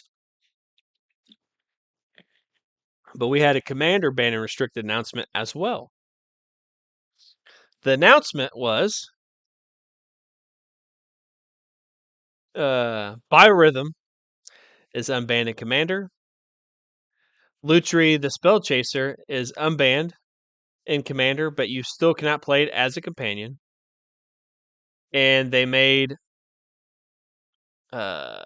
Farewell a game changer, added to the game changer list, which is interesting because Farewell comes in a lot of precons. And in the bracket system, which I will stress, just a guideline, it's not a definitive to describe how your decks function or work. That makes all precons no longer in the precon bracket that have Farewell. They would have to be bumped up to a higher bracket, which is funny. But for people out there who don't know what Biorhythm is, actually, we'll start with, Biorhythms first. So the unbanned Biorhythm. Biorhythm is a sorcery, 2 green, 6 colorless. Each player's life total becomes the number of creatures he or she controls, which is an interesting card. So they Mm-hmm. said Biorhythm has the potential to be a powerful card. It can end the game on the spot for a player with no creatures, and you can set board states where you can take out all 3 opponents in a single go. We talked about this card a lot last year and ultimately decided to leave it on the ban list for the first go round. Its potential strength and disproportionate impact to the player to your right was something we noted and decided to hold off on. While we respect those concerns about ending the game and sitting to the Biorhythm player's right as a big disadvantage, we've now successfully unbanned several expensive spells that radically warp or end the game.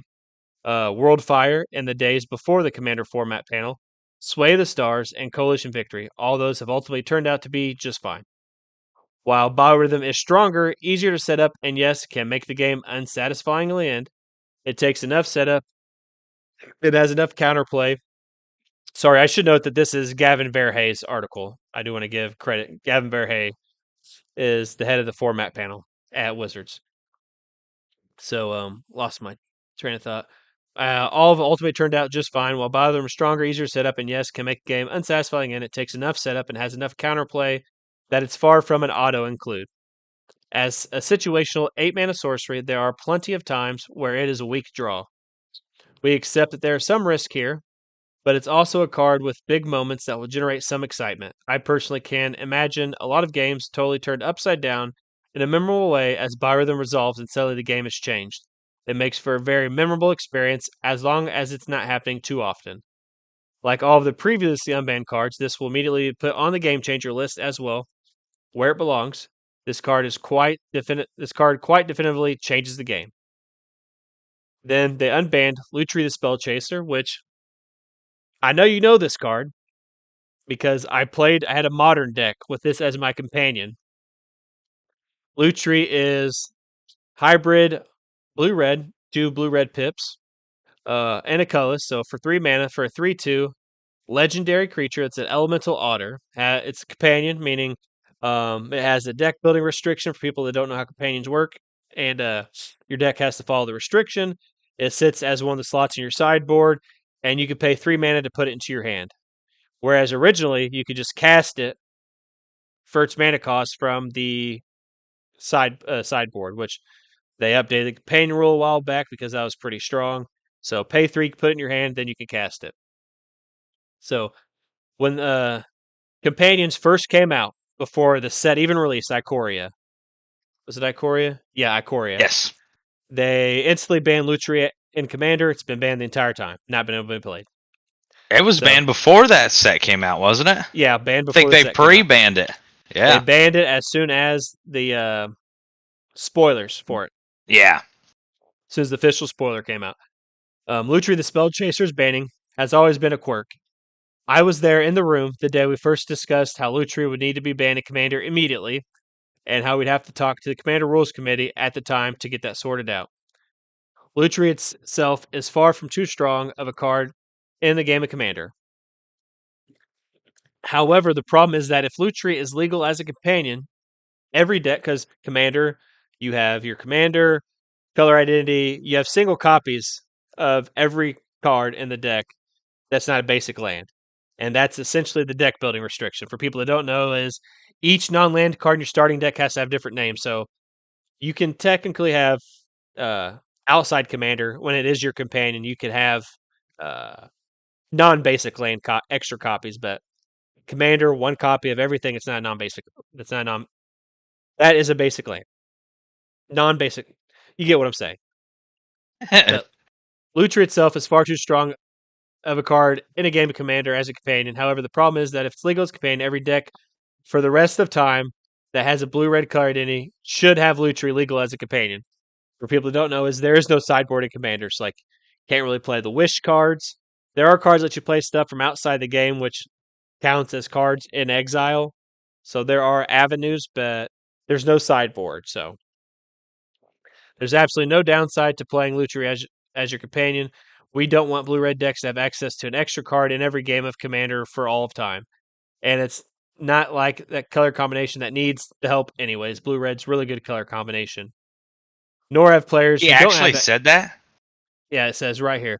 We don't want blue-red decks to have access to an extra card in every game of Commander for all time, in parentheses, and it's not like it's not like it's a color combination that needs the help. Exclamation point. Parentheses. Wow.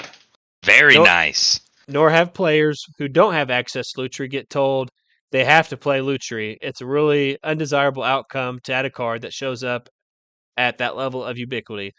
What he means there is, for example, players playing deck that don't want to play Lutri is like you'll have players that will build like the optimal deck, so to speak, and they'll be like, well, if you're doing this, you should probably just have Lutri as the commander, and like kind of force that ideal, so to speak, onto people. However, Lutri has a lot going for it. Copying spells is fun. It's a cute otter. I mean, it is kind of a cute otter. I'm not gonna lie. Yeah. It's a cute otter. Since the day Lutri was revealed, players have been asking to play the card of Commander, a request that's only risen in popularity since post Bloomburrow's launch. Bloomburrow is like heavily like creature focused, otters, insects. Hella otters. Yes, creating an addition. As much discussion, we decided to free the otter.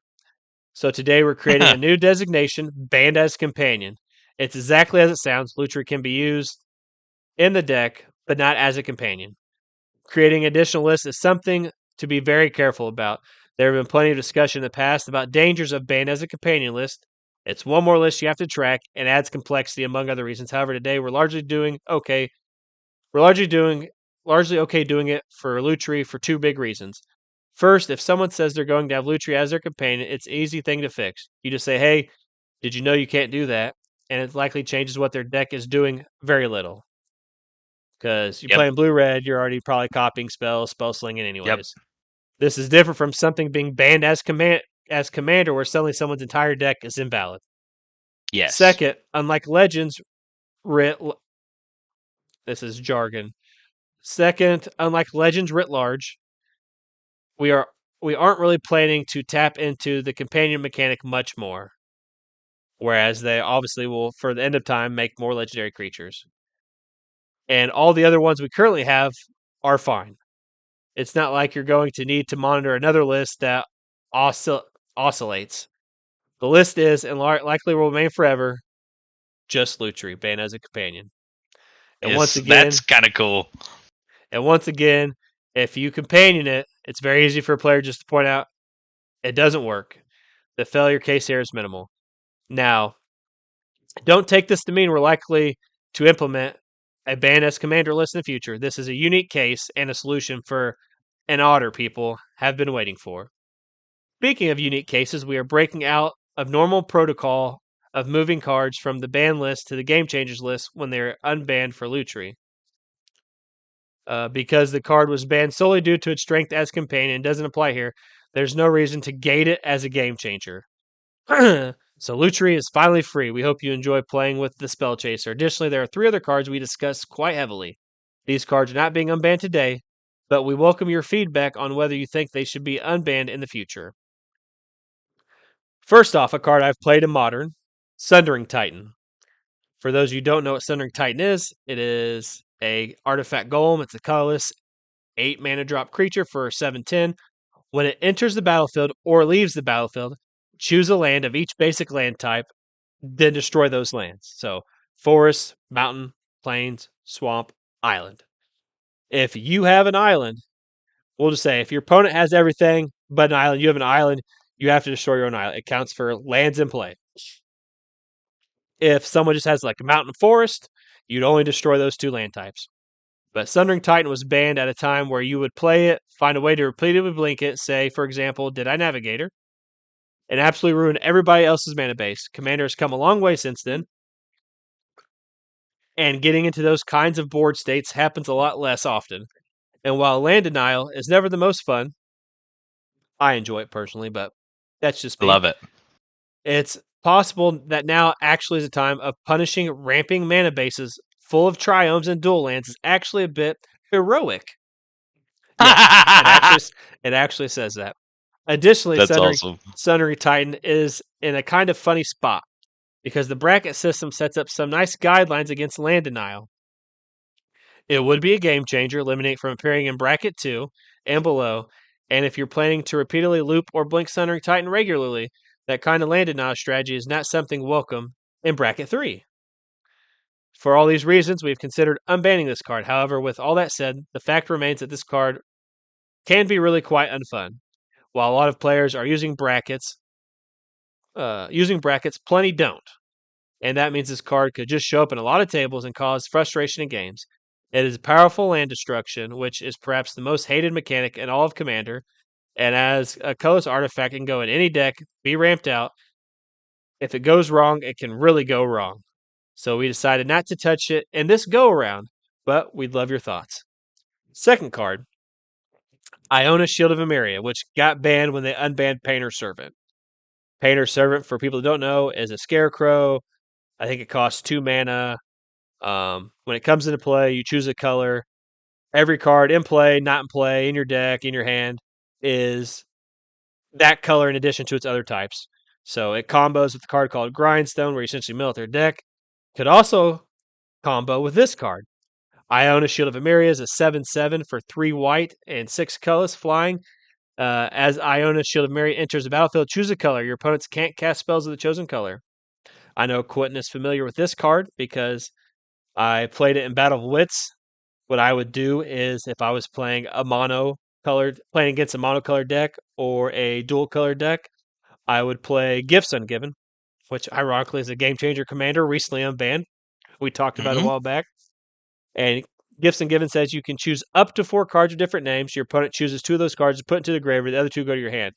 However, the key thing is up to 4 cards. So meaning you could choose 1, you could choose 2, you could choose 3, you could choose 4. So if I choose 2 cards, my opponent has to choose 2 cards to go to the graveyard. So I get Unburial Rights, and then I can get Iona, and then I would flash back Unburial Rights, put Iona into play, essentially shutting off opponents. It was very fun to do it against Jason because he played mono red. So I always shut Jason off with Iona. But Iona is an exciting, expensive angel with a splashy effect, and at the right table with the right decks, its effect can be perfectly fine as a little disruption. I think they're actually a bit of fun in navigating the politics to get someone to remove Iona so you can start casting spells again. There's good that come from this card. The problem is that the effect shuts down a player out of the game. It totally stops monocolor players from playing Magic. And even many 2-color decks often have a large portion of their hand and their commander rendered uncastable by Iona. Don't let the mana cost fool you. It's a premier card to cheat into play, and it's worthy calling out that Iona is also part of a 2-card combo with Painter Servant, which I just mentioned, that prevents any of your opponents from ever casting spells again. With that upside of unbanning this, what is the upside of unbanning this? It is going to make Commander more fun to have a creature that can shut down your opponent's games. These were the questions many of us asked ourselves. This was very close to being unbanned and was right on the cusp. Ultimately, we decided it would be great to get the feedback from you all first. The third card, which by far is the most surprising to me that they were thinking about this card, says if the other 2 are on the safe side, Grizzlebrand certainly is not. Grizzlebrand, 8, I about said 8 black. 4 black, 4 colorless for a 7/7 demon, flying lifelink, pay 7 life, draw 7 cards. And Commander, for people who don't know, is you start with 40 life. So you can see how that would be really good in Commander. This premier Reanimator target takes advantage of the 40-point life total Commander to draw a good chunk of your deck, and in many cases, win the game on the spot. This card has been banned This card had to be banned extremely quickly for the power level reasons when it first premiered back in Avacyn Restored. This card is a tremendous risk, giving people access to game-winning draw engines, so why even consider it? Grizzlebrand is sweet. People love this card. It worked its way into pretty much every format. It's legal in and is a ton of fun to play. The games with this card can be such a rush. In fact, it's so exciting, I've had to tell multiple people that they have to remove it from their commander decks because it's banned, much to their immediate disappointment. And yes, it's incredibly powerful, but at bracket 3 and above, is it really out of question? It could even open up something new at CEDH level. While others are maybe not a huge risk, the reward is also much less for unbanning them. Freeing Grizzlebrand would unleash what would become an incredibly powerful and highly played card, but also one players really love. And in many ways, Commander is about letting people play the cards they love. Do you have an opinion about any of these three cards? And then it says, please tell us on social media is fine. As always, direct notes to the official Magic, blah, blah, blah. Finally, I would be remiss if I did not mention Jeweled Lotus anywhere in this article because I know some of you will be wondering if we also discussed this card. We did, and we decided not to unban it here. That's not to say that an unban in the future is impossible, but it's staying banned at this time. And much of what I said last year still applies. If you're interested in opinions of any other card currently on the ban list, feel free to check out that article, blah, blah, blah. So, no bans on the no ban section has two cards, Thassa's Oracle and Rhystic Study. I did want to take a moment to touch on the fact there are no additional bans today. Obviously, banning cards sucks. Sometimes it's necessary, but if cards could be appropriate power leveled where nothing is banned, that is the best way for the game overall. Like everybody wants to play with cool cards that do cool shit. But I did want to take a moment to touch no additional bans today. In one of our last articles, we talked about watching Thassa's Oracle and Rhystic Study. I encourage you to send your feedback on these cards.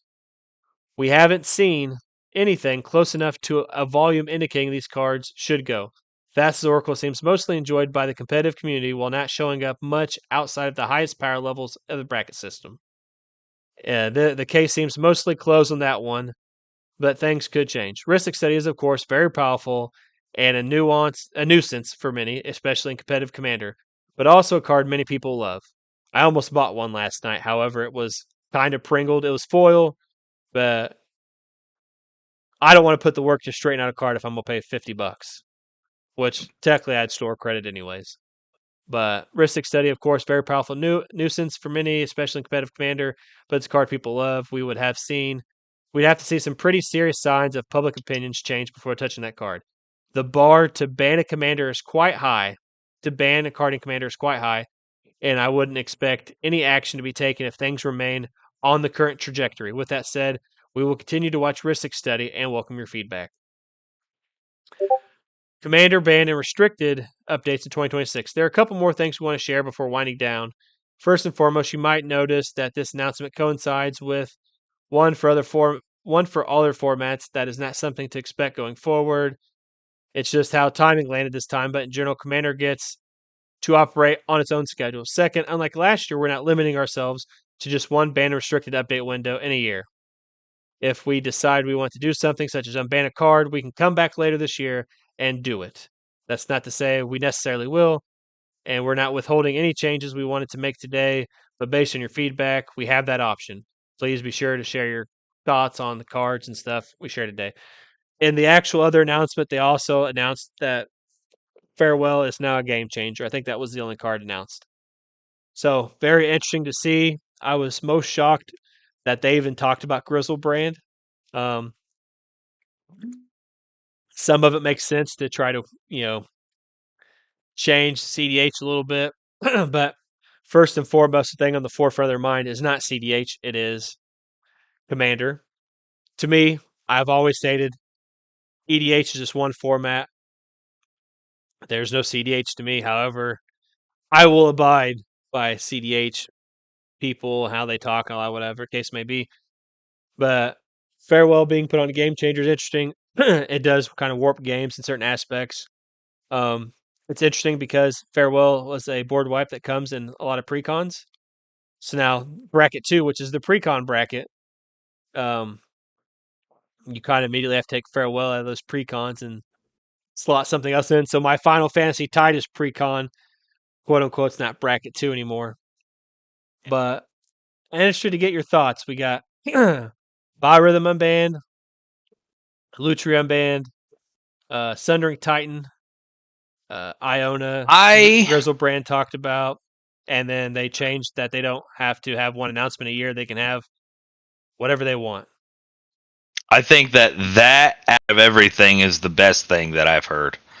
I think too often throughout the year I hear so many people crying about new cards coming out and that they should be banned and there should be more consideration going on for what's coming in and um, them opening themselves up to just hey, whenever we want to come out and make a change, we're allowed to.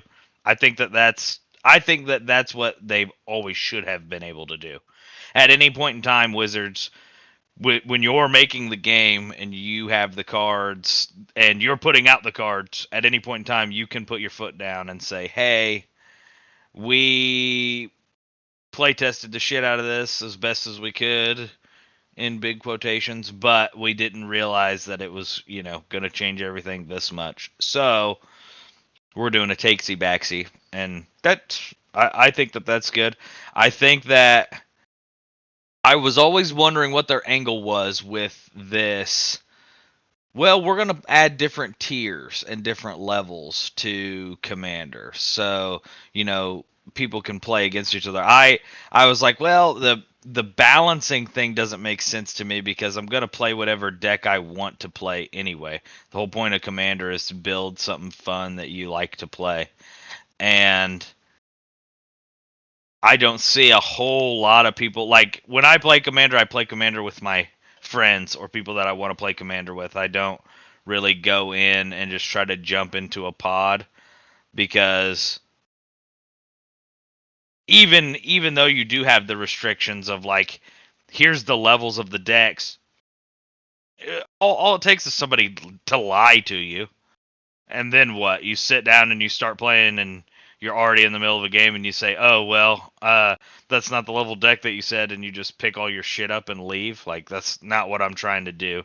So when I play with my friends, we all know roundabout and like have house rules of minimal land destruction and all of the other things. So I always thought that the angle I didn't know exactly what their angle was with we're adding tiers, we're adding different levels. Well, here's the angle. We want to unban a bunch of crazy shit that we deemed too strong way back when, but now you can only use the crazy shit if you want to make your deck really really good. And it just was an excuse to have more people buy cool old cards and I'm down for it. I think you should be allowed to use whatever you want. We just continue to kind of go down this path of we're making rules so that people can just go back and play Commander the way that they wanted to. If you run into a guy who's running Biorhythm and he made the whole deck around like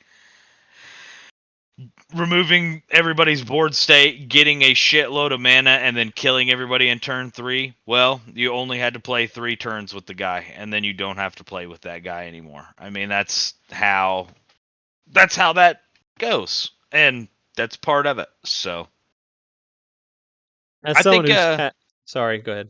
no, go ahead. I was just say, as someone who's had experience with old cards like that, as I started playing Magic in a time period where we didn't play with format specific stuff, like Commander didn't come out till after I had started playing. I don't want to say competitive Magic, but standard, so to speak. Actually, like separating decks by specific formats and stuff like that is like a lot of the cards that exist nowadays are different than back then. But like casting Biorhythm on turn 3 is going to be very difficult to do, especially Yeah. even in CDH because like um, Mox Mox Diamond, Crow Mox, um, which would require um, a card to be imprinted. a land to be discarded, uh,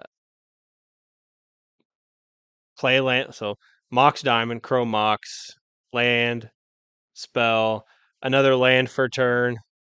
And like that's 5 cards right there just for the 2 premier mana rocks, and then a land to maybe like Dark Ritual in the next. Like, I mean, I'm not saying I'm sure there's some way, but like not in No, the way.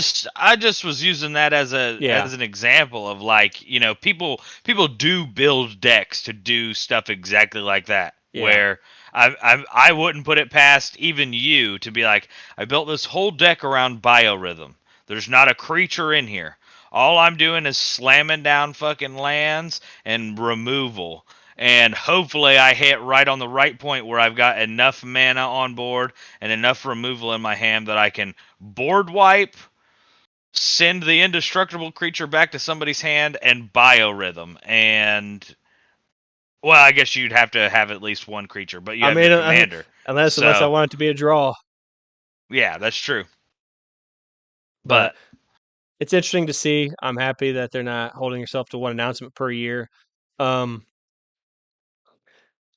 I've recently joined an Animar Discord, and the old version of Animar played Dockside, and mhm.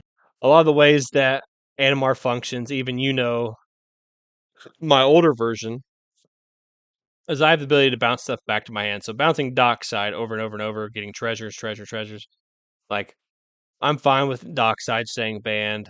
I'm fine with calling like the 4 cards, like the 4 cards that started this whole format panel and stuff. I'm fine with Dockside staying banned, and I forget what the 4th card is besides Nadu. No, yeah, they banned Nadu and Dockside at the same time.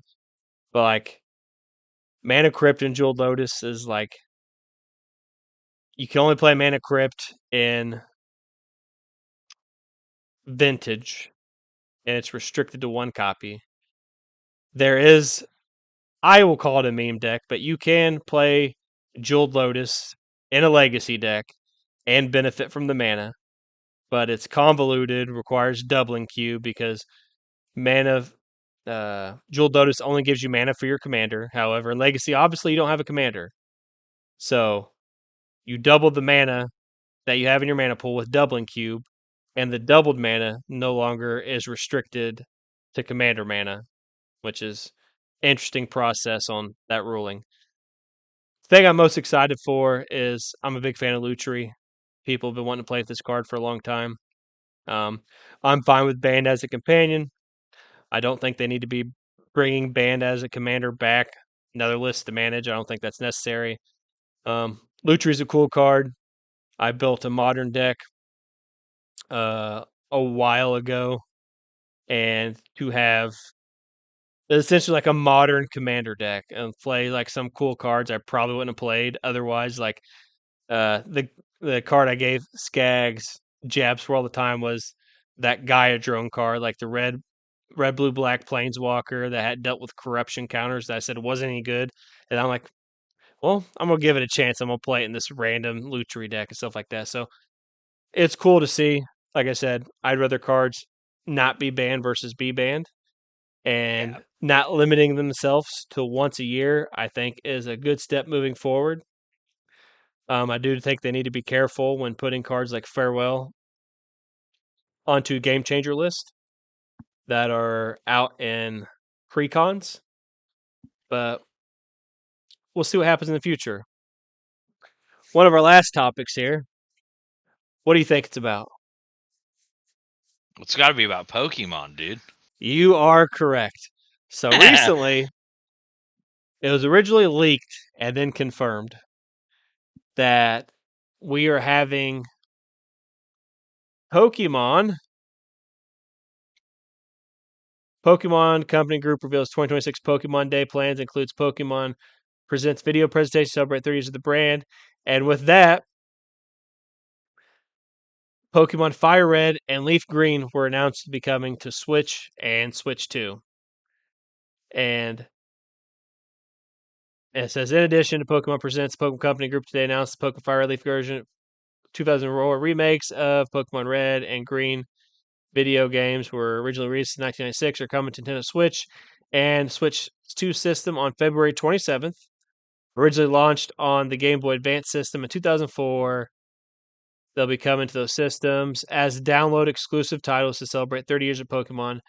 These titles will be able to play after the conclusion of Pokemon Presents presentation that can be played on both consoles. I'm Then excited. some things that have happened or been talked about. First up, they're not available in physical form. They're only going to be on the eShop, and they will be $20 a piece. They're not coming together. You got to buy them separately. $20 a piece. And one of the updates I'm looking at, hours after the eShop pages went up, mentions of Pokemon Home were removed from eShop pages. That you can find original screenshots of that.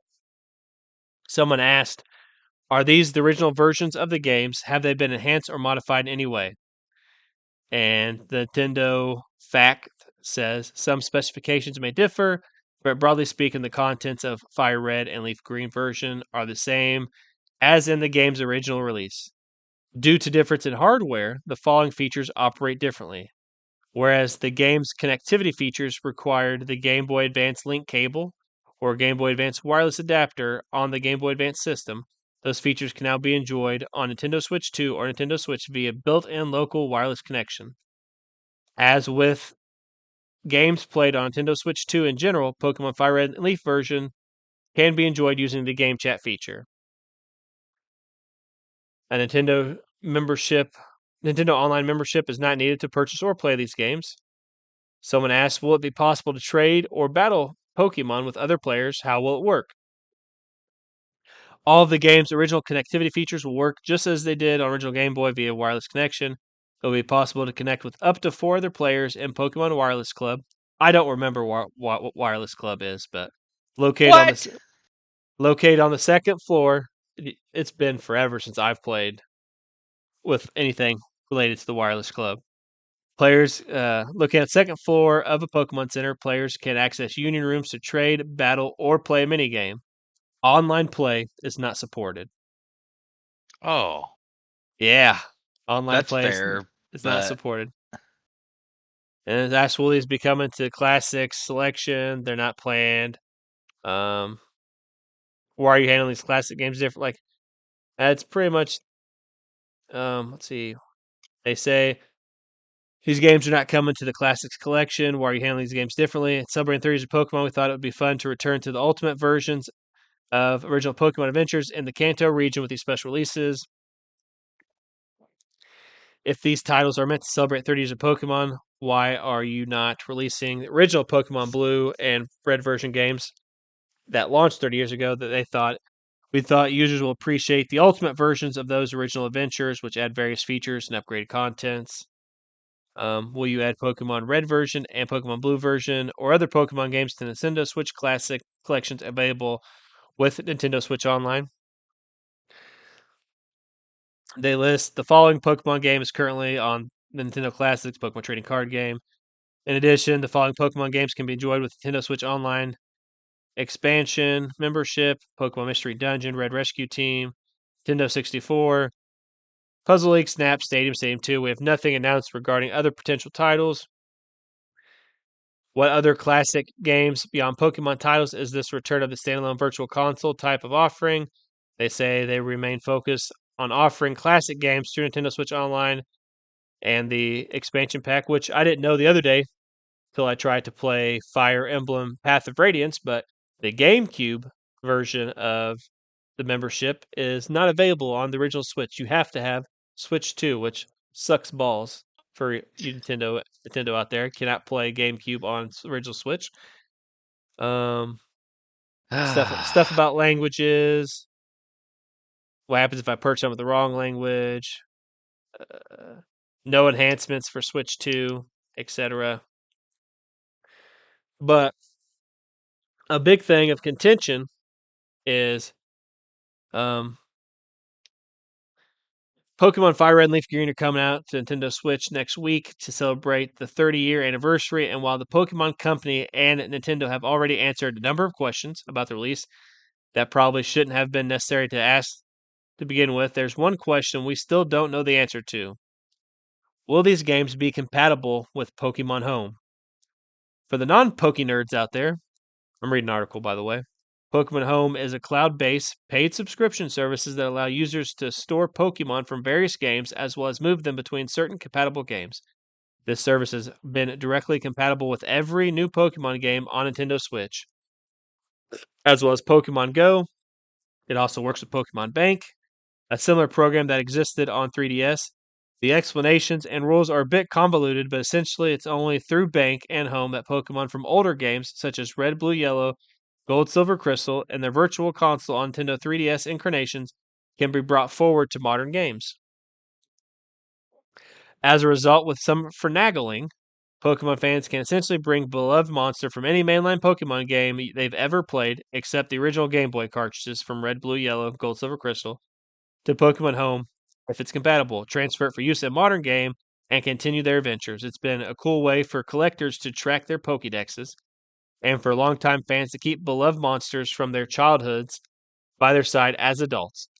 The original Fire Red and Leaf Green are compatible with Home in this way too, though the process is, as suggested above, a bit complicated. In order to get Pokemon out of Fire Red Leaf Green into Home, you first have to use the Pal Park feature to transfer them to Diamond, Pearl, and or Platinum using a Nintendo DS system.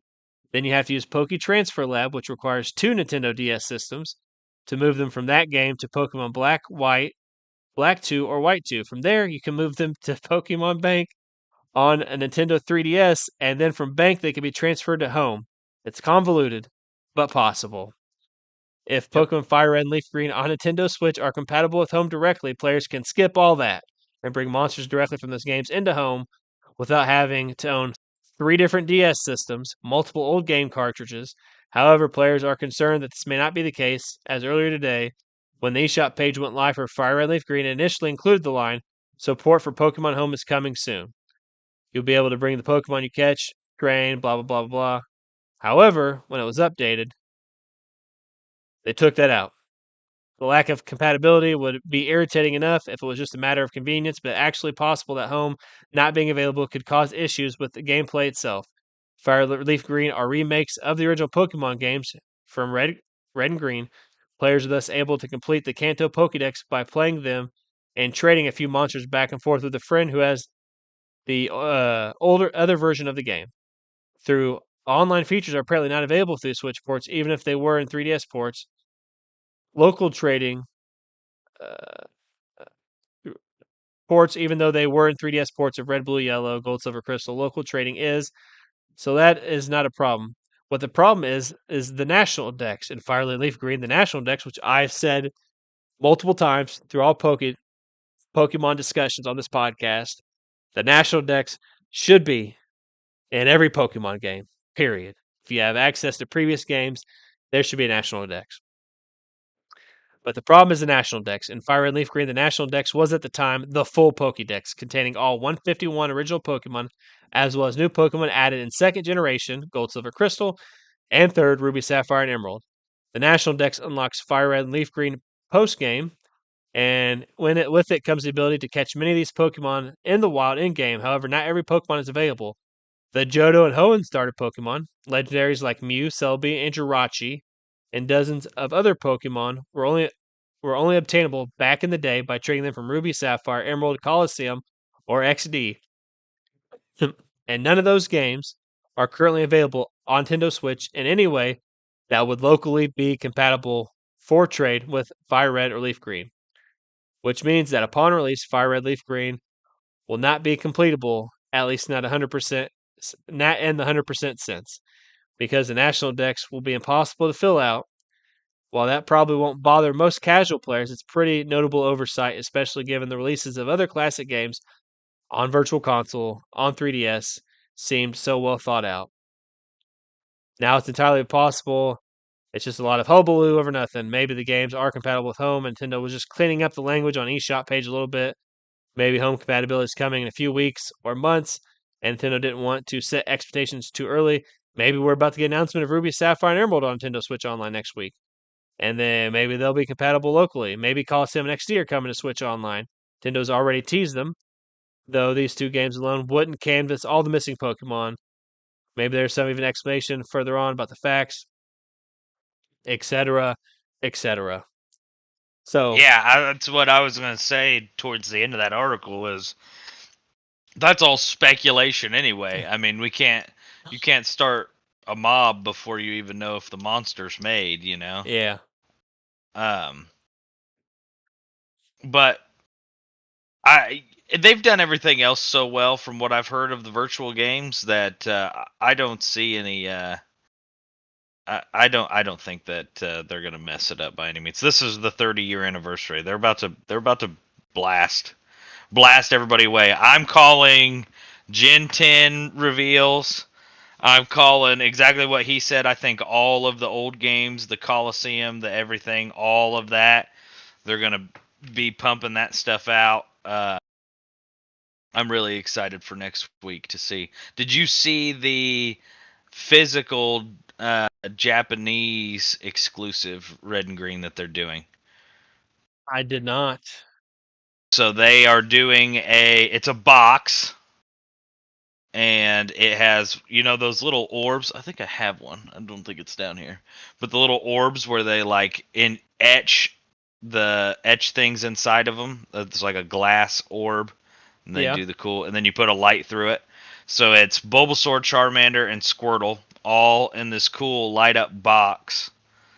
And then when you buy this, you get your digital code because the game obviously only comes digitally. But whichever game you pick, Fire Red or Leaf Green, you can buy this physical box, and it comes with two replica um, boxes of the original games. So you get exactly how Fire Red and Leaf Green looked when you would have bought the Game Boy Advanced game. Uh, with the box with the 3 starters and your code. So I thought that was pretty cool. I heard about that the other day. So what It'd is be cool if they go ahead. go ahead. I was gonna say, what is your predictions? Like, as we discuss this, I want to know what Hugh's predictions are for this Nintendo show exactly. Like I said, Gen 10. I think we're gonna get. Could I be so crazy and so bold to say Pokemon Champions gets dropped in the next couple weeks? Like they hit us and they say, "Here it is, and you guys are going to be able to battle very soon." Give everybody a couple weeks to get hype, get back on their grind, start breeding Pokemon, and then get ready for Champions to come out. Or do we have a release date for Champions? I have seen 0 release dates anywhere. Kind of what I was. I was on the same boat there. Okay. That would be cool. I mean, that's not one that I'm for sure locking in, but I think that that would be a really smart thing to do. Um, what else? Gen 10 for sure. Like I said, I think we're gonna get some info on that, and maybe this will be. We've talked about it before. Maybe this will be the time when they say, "Okay, we're making a game. This is the game that you can travel to all the regions. This is the game where you get to choose where you want to start." You know, I would love to see a game like have 10 be the end of it. As much as I don't want Pokemon to ever end, 10's the last region. We've explored the entire Pokemon world. We Here it is, and now here you could take on your journey to. This is the last game that matters. You max out the decks in this game, you've caught everything. You max out all your badges in this, you've done everything. You know. I want a game like that. As interesting as that would be, I don't think that's gonna happen. But like, it would be cool because that would be like the complete journey of Ash, Yeah. so to speak. Obviously, the newest version um, wouldn't be Ash's journey because it'd be the two uh, younger kids or whatever that are in the newest Pokemon anime. Yep. But let's see. Let's visit what you said. You said you think Pokemon Gen 10 will be revealed. I agree with you on that. I think they will reveal.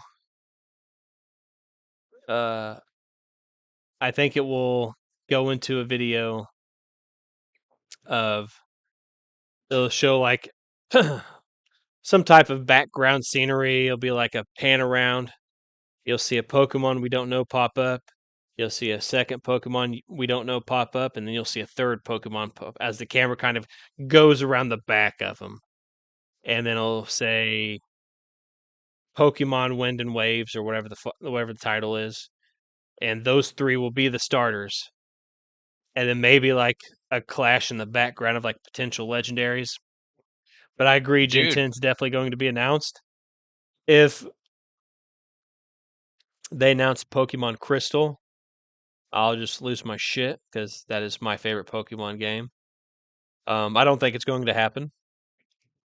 I do think you mentioned Pokemon Champions. Um, I've seen a couple people online predict it, and I kind of agree with them. I thought January we were going to get a release date or an announcement. I think that at this event, either they show the Gen 10 first or Gen 10 will go right after this. But what's going to happen is you're going to see if if Gen 10 is first, it'll go from that into another scenery of a battle, like a Pokemon battle stadiums situation, whatever, like a battlefield, and yeah. it'll just be Pikachu. I mean, they gotta have Pikachu. Nope. It's. You I know who they think got to do? It's got to who be Nidorino and Gengar. Like it's always been forever. Those are the first two Pokemon you ever get to see when you start that the would be game up. cool. The classic battle. However, um, the non-Pokemon buffs, unlike you and I, don't know about that Nidorino Gengar start screen. That's true. So, as much as I would prefer it to be, I can agree Nidorino and Gengar. I think it's going to be Pikachu charging up, and you're going to see an electric shock fly through the sky, and it's going to narrowly miss either Mega Charizard or Mega Dragonite, as they're going to want to emphasize Mega Evolution. Mm. And then they'll just have multiple battle scenarios pop up, like uh, who does Riolu evolve into? Um, Good lord, if you would have asked me like that, I would have had it right off the top of my head. The dark Uh, dog looking Pokemon. I yeah. can't remember, but like maybe that pops up and he's fighting uh Gardevoir. And I say this because like that's like the Pokemon Champions like background right now. Like that just seems so. Dragonite's not on there. However, they made a big commotion about uh Mega Dragonite being the next cool thing. So like I see Pokemon Champions shadow dropping that day. That is my prediction. Yeah. So like maybe even like that's the end of the show and Lucario. Lucario. Jeez. Yeah. So maybe that's like the end of the show and then it cuts to like a black screen and then says and now playable. Android, Yep. iOS, Yep. whatever platforms That's and now I playable. wanted to say Shadow Drop on mine, but I'm like that might just be taking it to it, that's like my hope, is that it fucking happens and then that you're not getting on that app for nothing, dude. If that happens like that, it's going to be 2 days before anybody can get on there and make an account. And But that would be sick. the crazy thing is like that's the day that Fire Red and Leaf Green come out as well. So like it's a bold prediction because they don't want to um, overshadow. Obviously, they want to make their money as a big company off those games. So that's the only thing that leans me towards it not being shadow drop. But games have been shadow dropping over the past couple years. We had Yep. Hi-Fi Rush. We had Elder Scrolls Oblivion 4. Elder Scrolls 4 Oblivion was shadow dropped. The side-scrolling God of War was shadow dropped. So like shadow dropping can be successful. So it'll be interesting to see. So Gen 10 champion shadow dropped. Um, I think I think another game announcement. I Something think else. Not like a mystery dungeon, but something. I think also I really hope it's Gen 2. I guess if they did Yeah. a Gen 2, they would go Soul Silver or Heart Gold, which those might already be on Switch, are they? Uh, got, well, Soul Silver and Heart Gold were kind of the remakes for DS from original Gold and Silver. So I'm wondering if they might not just port those Yeah. how they have into the classics instead of, that would probably be the smartest way to do Silver and Gold But Crystal is by far instead. my favorite. I don't know. Like the content's not a lot different from Yeah. Gold, Silver to Crystal. Obviously, Ho-Oh the focus, Lugia the focus, Crystal, like the dogs are a prime focus. So Yeah. Crystal is my favorite. I would love for them to do Crystal justice. So we'll see. Um, I think they're going to make it well known um, that they're saying goodbye to Ash and make it well known that these two new characters, which I can't remember their name, I have watched a few episodes. I have watched a few episodes of the new anime. I think they're going to make it well known that these are the definitive main characters. They're going to make sure people know that we loved Ash's story. We see Ash go off in the sunset. They're going to definitively make sure that everybody knows that these two characters Yeah. is Pokemon's future. I do believe they will some aspect or whatever they do with that. I believe that they will make that definitely known. Have you seen any of the new anime? Have you watched any of it at all? I watched a little bit of it. I know the trailer for the new season just came out a couple days ago, I think. So it's definitely in their mind. I like what they've done with it, which is a very very smart thing, splitting the main character into two people. We have two main characters, Yep. and easily identifiable by whoever, you can get behind one or the other, or somebody on their team. They have a cool mission that they're going after. They explore the world in a cool way. I really like the vibe of that show.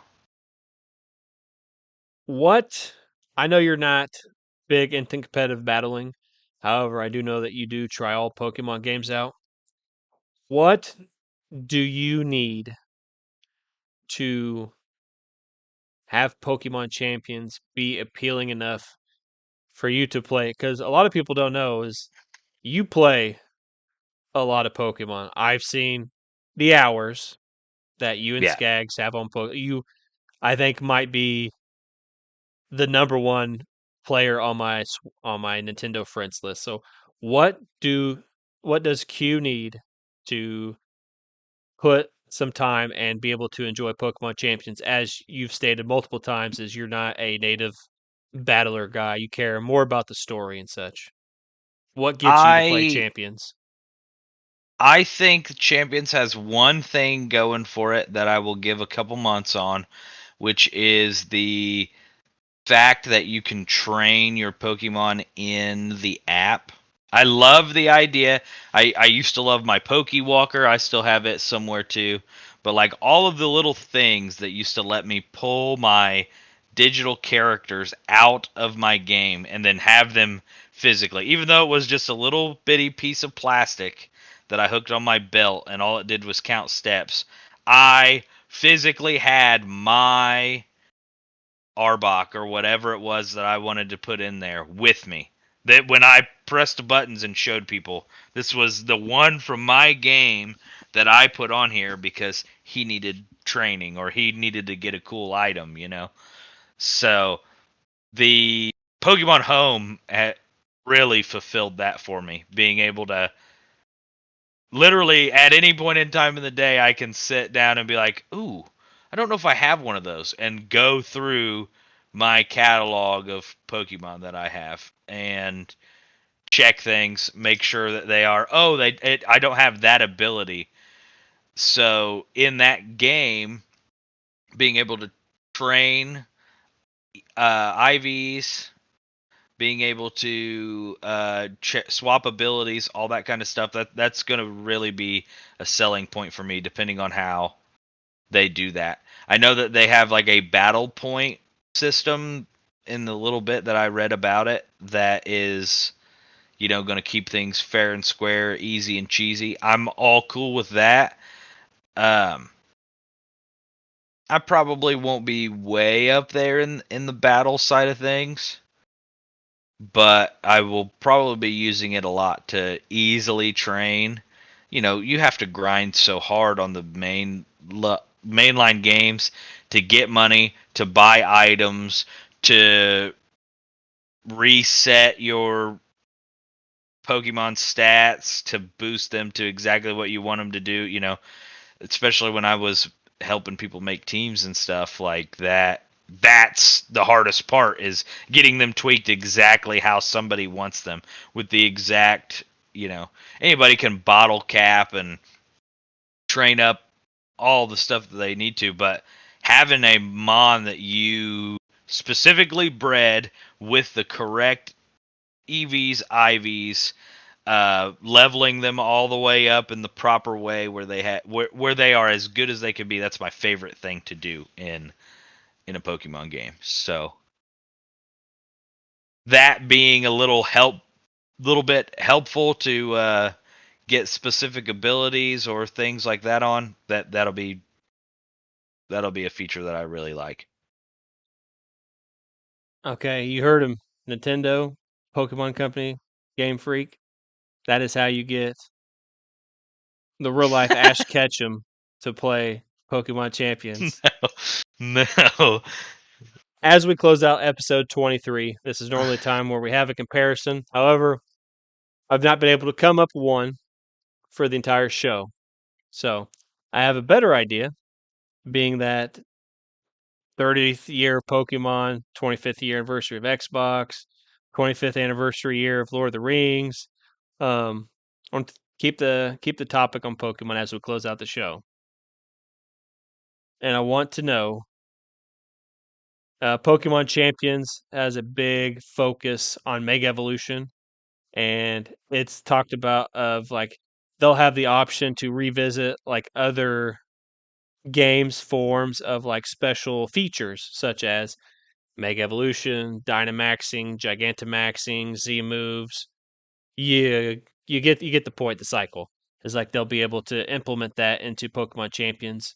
I don't know, like if they'll have like everything active at once. Like we don't know. We don't have all the details of Champions, but we do know that they will have the option to implement those at different times. So I will go first, but I want to know what is Q's favorite Mega Evolution, because like I said, as we go into Pokemon Champions, the first off, favorite game and why, and favorite Mega Evolution. That should close out the show.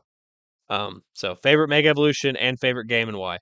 Um, but 30th You go anniversary of ahead. Yeah. yeah, 30th anniversary of Pokemon. It's a big time. So my favorite Mega Evolution, and surprisingly enough, is I didn't really play the games where Mega Evolution debuted. I think it was um, Diamond and Pearl. I think is where Mega Evolutions came out. Maybe um, it's escaped me, but I want to say Diamond and Pearl. It was Black and White, or Black and White 2. Hold on, I'll find it. Yeah, you find it while I discuss this. But my personal favorite, I think I might have stayed on the show before, is Mega Steelix. And Mega Gyarados is like a close second. Also a fan of like Mega Mewtwo, Mega Charizard, but Mega Steelix eclipses all the other Mega Evolutions, and it's not even close. Like, I might like Mega Gyarados. Like, for me, Mega Steelix, especially if it's a shiny Mega Steelix, it just is like, I would put Mega Steelix at like a 10, and Mega Gyarados is like, if I'm ranking as close as it is to Steelix for me, maybe a 6 or a 5. That's kind of like the gap for me of how close it is between my second favorite and Steelix. Just Mega Steelix just looks so fucking intimidating. Like, Onyx is already a giant fucking Pokemon. Steelix is a giant Pokemon as well. And then you Mega Evolution, this big head, gaping mouth that just looks like it can just eat every Pokemon on the battlefield. I have some stats. So Mega Steelix um, is 10.5 meters. Its body is 10.5 meters, sorry. Which is harder than even Diamond in lore, is what they say. And it weighs 1,631.4 pounds. Mega Steelix, also known for, obviously, you could figure it out, high defense and sand force ability, increasing power of rock and ground and steel type moves in Sandstorm. A lot of people would use Steelix or Mega Steelix for like set up Stealth Rock because it's tanky. So I mean, I'm gonna set up Stealth Rock. You're gonna hit my Steelix, probably not kill it, and then I'm gonna get a second set of Stealth Rock, whatever, because there's obviously tiers for how much Stealth Rock's been laid or whatever the case is. Just he is a fucking house, and he's so intimidating. Like, if I'm a real life Pokemon trainer and you drop Mega Evolution your Steelix, like, I might shit myself. That's how Yep. intimidating Steelix is. So I'll let you talk about your favorite Mega, and then I'll talk about my favorite game. Okay. My favorite Mega is hard because I'm not the biggest fan of Megas. I think if you're going to, especially in Pokemon, if you're going to give something a form, it needs to be able to have a form. There should the I don't like Dynamaxing for the same thing and Gigantamax because they're this temporary weird form that only happens in battle.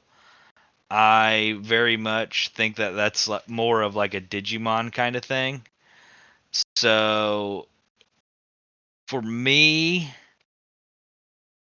I don't know. I like Mega Charizard Y, the orange one. I think that he looks cool. I mean, Steelix obviously is. I think he was the peak design that they made for all megas. Even the new megas. I don't see one that I like. I like what they did with Malamar. I think that his mega is cool, but like I don't like it more than Steelix. If I had to pick one where it's like this is the one that I would have on my team, it would be Mega Aggron. I like that he's big and bulky. He's kind of got the samurai helmet looking thing on. So that would be my choice. But like I said, we need to stop doing all these temporary power up for Pokemon. Extra form. My favorite Pokemon, Hoopa, he has a really cool way that they get around that, which is you're either the prism bottle is used and he's little baby Hoopa form, it changes his typing, it changes everything about him. Then when you unbind him, he changes his typing. He's this huge, crazy, cool form, and you get to pick and choose, what form you want him in. Megas were always that thing where it's like, look how cool they could be if you just sat in battle all the time. I don't like that as much, but there are some cool designs, even in the new ones. I talked a lot of smack, but even in the new ones, there's some cool designs. Except Mega Victory Bell. I don't know what the hell they were thinking doing that. it's funny. I want to note real quick before we get on to our favorite games is February for Wolfie VGC is a bug month. He's short month, talks about bugs all month. It's fucking hilarious the bits that he does. And recently he what was it? He talked about the time a bug Pokemon won worlds. The funny thing is, I don't know if it won worlds or a big tournament, but like you can find the video if you look it up. It's not hard to find. And technically, a bug Pokemon per se did not. Um, so for people that don't know, is you can change a, you can pretty much make a Pokemon's terraform in the Scarlet Violet, pretty much whatever you want. So there is some people that set their terraform to bug because of the way strengths and weaknesses or whatever the case may be is like, hey, I'm not smart enough to understand everything out the gate, but like he goes into details and he explains. I can't remember all the strengths and weaknesses, but it's pretty funny. I do recommend that video and any of Wolfie's Bug Month bits. It's pretty fucking funny. I almost bought a Bug Month T-shirt. I'm not going to lie. Um, Bugs are one of my favorite typings. Genesect is one of my favorite Pokemon. So, but my favorite game is Pokemon Crystal. I've stated it before. I think Gen 2 is the best gen of all time. It is um, the first game that lets you revisit old uh, areas. You get to go back to Kanto. Um, hold on, losing my train of thought. Let me pull up an article. If you go to lordsofgaming.net, I have an article ranking all Pokemon gens. So let me pull this up real quick. Um, a thing I liked a lot about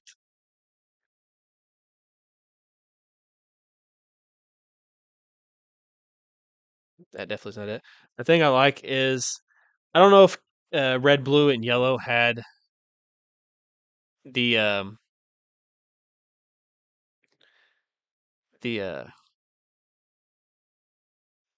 there's stories within the game. For example, um, in gold, silver, crystal, you get to go to like you have the power plant place, and like I know you have like the game corner situation of the original Pokemon games. You have like Sylph Company and stuff like that, but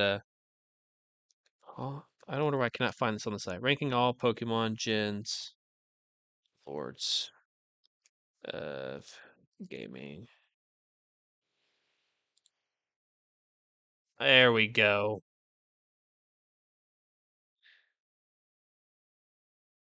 Alrighty. To me, Generation 2 remains the best Pokemon generation for several key reasons. First and foremost, is it introduced major quality of life improvements, such as the day-night cycle. You have access to phone. You get like a little cell phone gimmick in the game. Your mom can save you money. Um, but the day-night cycle made the world feel more alive to me and impacted gameplay. A certain Pokemon only appeared during specific times. So if you weren't cheating and modifying the time of your Game Boy and all that extra stuff, you had a difficult time to catch certain Pokemon. The breeding system allowed for deeper customization strategy with the introduction of Steel and Dark types. The Dark type didn't capture me as much. I don't know if you felt the same, but like Steel type felt more cool or more important when it was introduced. So I definitely gravitated more towards Steel, even though don't get me wrong, Umbreon is cool. But I like love some dark type Pokemon, but yes, I do feel you on that. um while the introduction of Steel helped balance out previous overpowered psychic types, because Gen 1 psychic power, psychic moves were just definitely OP. Johto itself is a very well designed region with interconnected routes and a strong sense of culture identity. The region's deeply inspired by Japanese culture, featuring traditional architecture featured in Ecrutech City, which is where the psychics are in Gen 2. Like, if you don't remember those people, they're there. And a strong emphasis on historical and mythical storytelling. The ruins of Alf, which I don't know why I thought it would be smart or cool, but one of the things I really wanted was to go through and capture all different 26 unknown Pokemon. I don't know, like, Mm. but I just like 20 different shapes of the alphabet, just thought it was really cool. So being able to visit the ruins of Alf, which added an air of mystery and introduced the unknown Pokemon. It also was the first time to encourage you to decipher like encrypted messages, which we see again in Gen 3 with the Reggies and stuff like that, because Yep. Reggies are also unlocked through hidden messages and visit different areas, stuff like that. Um, the music stands out more so definitely than Generation 1. And some of the most memorable in the series tracks like Tech City's theme and the Champions Battle theme, Johto Wild Pokemon Battle music enhanced the emotional and immersive experience. Game Freak's ability to create such an incredible atmosphere for the Game Boy Color's limited sound capabilities was remarkable.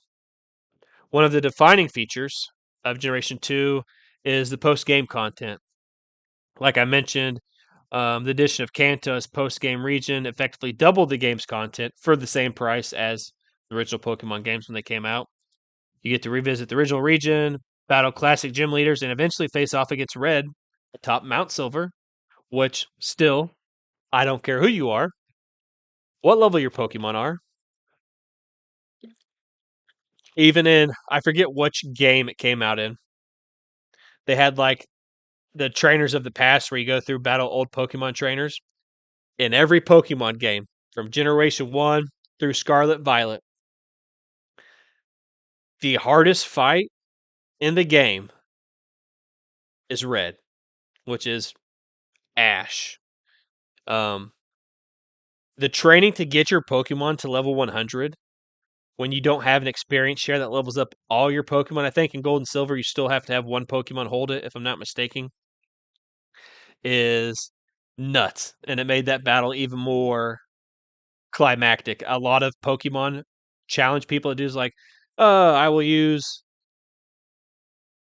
go through so and so game with Caterpie. If they have to play, if they do it in Generation 2, they're like, well, I think we can do it, but we'll probably lose the red, is usually how a lot of those Pokemon challenge videos go. Sorry if I'm rambling on. Um, Oh, you're good. Yeah. this remains one of the most legendary moments in game history as Red served as the ultimate challenge, representing the silent protagonist from Generation 1. The ability to trade with Generation 1 through the time capsule is always cool. I can't tell you how happy I was the first time I put my Charizard on my Pokemon Gold, because I got Gold first before I got Crystal. But being able to have Charizard in Generation 2 was really cool. This ensured players could bring over their favorite Pokemon from past adventures. Improved sprite designs and smoother animations gave the games a refined look, while Mystery Gift function added a new ways to obtain rare items and Pokemon. Another remarkable feature from Generation 2 is a sense of balance between nostalgia and innovation. It refined and expanded upon what made original games so beloved while adding fresh mechanics that would become series staples. Whether it was introduction of held items, roaming legendaries, it's the first time we got roaming legendaries, Entei, Raikou, Suicune, or the added depth of Pokemon breedings, these innovations made Generation 2 the perfect evolution of the franchise, leading us into the future. With its impeccable world building, massive amounts of content, refined mechanics, I do want to note, even though it's my favorite, I never caught Celebi, unfortunately. I never was able, because obviously Celebi was a special Japanese event. It's hard to get, stuff like that. Yeah. Uh, Unforgettable post game Generation 2 remains definitive Pokemon experience, setting a high bar no other generation has been able to fully surpass. Crystal remains my favorite in the series. Crystal, you get the stories of both Gold and Silver, essentially. Um, Pokemon that only appear in Silver, not Gold. You can get both those matched up into Crystal. So I think like the third game in every series, like Yellow, Crystal, Emerald, uh, Platinum, uh, et cetera, I think has always been my definitive favorites in the series. Yep. So to see the innovation that Generation 2 and Crystal set up for future, um, definitely stands out. Also, I'm a little older than you and Skaggs. Said it multiple times, so like uh, enjoyment of certain things might be a little different. Also, you get to make Pokeballs in this game. Like different poke is the first time different Pokeballs could help you catch different Pokemon. Whereas original games, you had Pokeball, Great Ball, Ultra Ball, Master Ball. You could take Apricons to Kurt, which I believe we did Pokemon comparisons, and I named you Kurt. Mhm. Um, I can get a Love Ball, Net Ball. Uh, I don't have all the different Pokeballs memorized, but you get the gist. Like Oh yeah. it inspired a lot of different things that are used in future games to this day. That's one of the reasons why Mass Effect is my favorite Mass Effect in the games and series because it set up the foundation for the future. A lot of you would think, well, why don't you like Generation One Pokemon?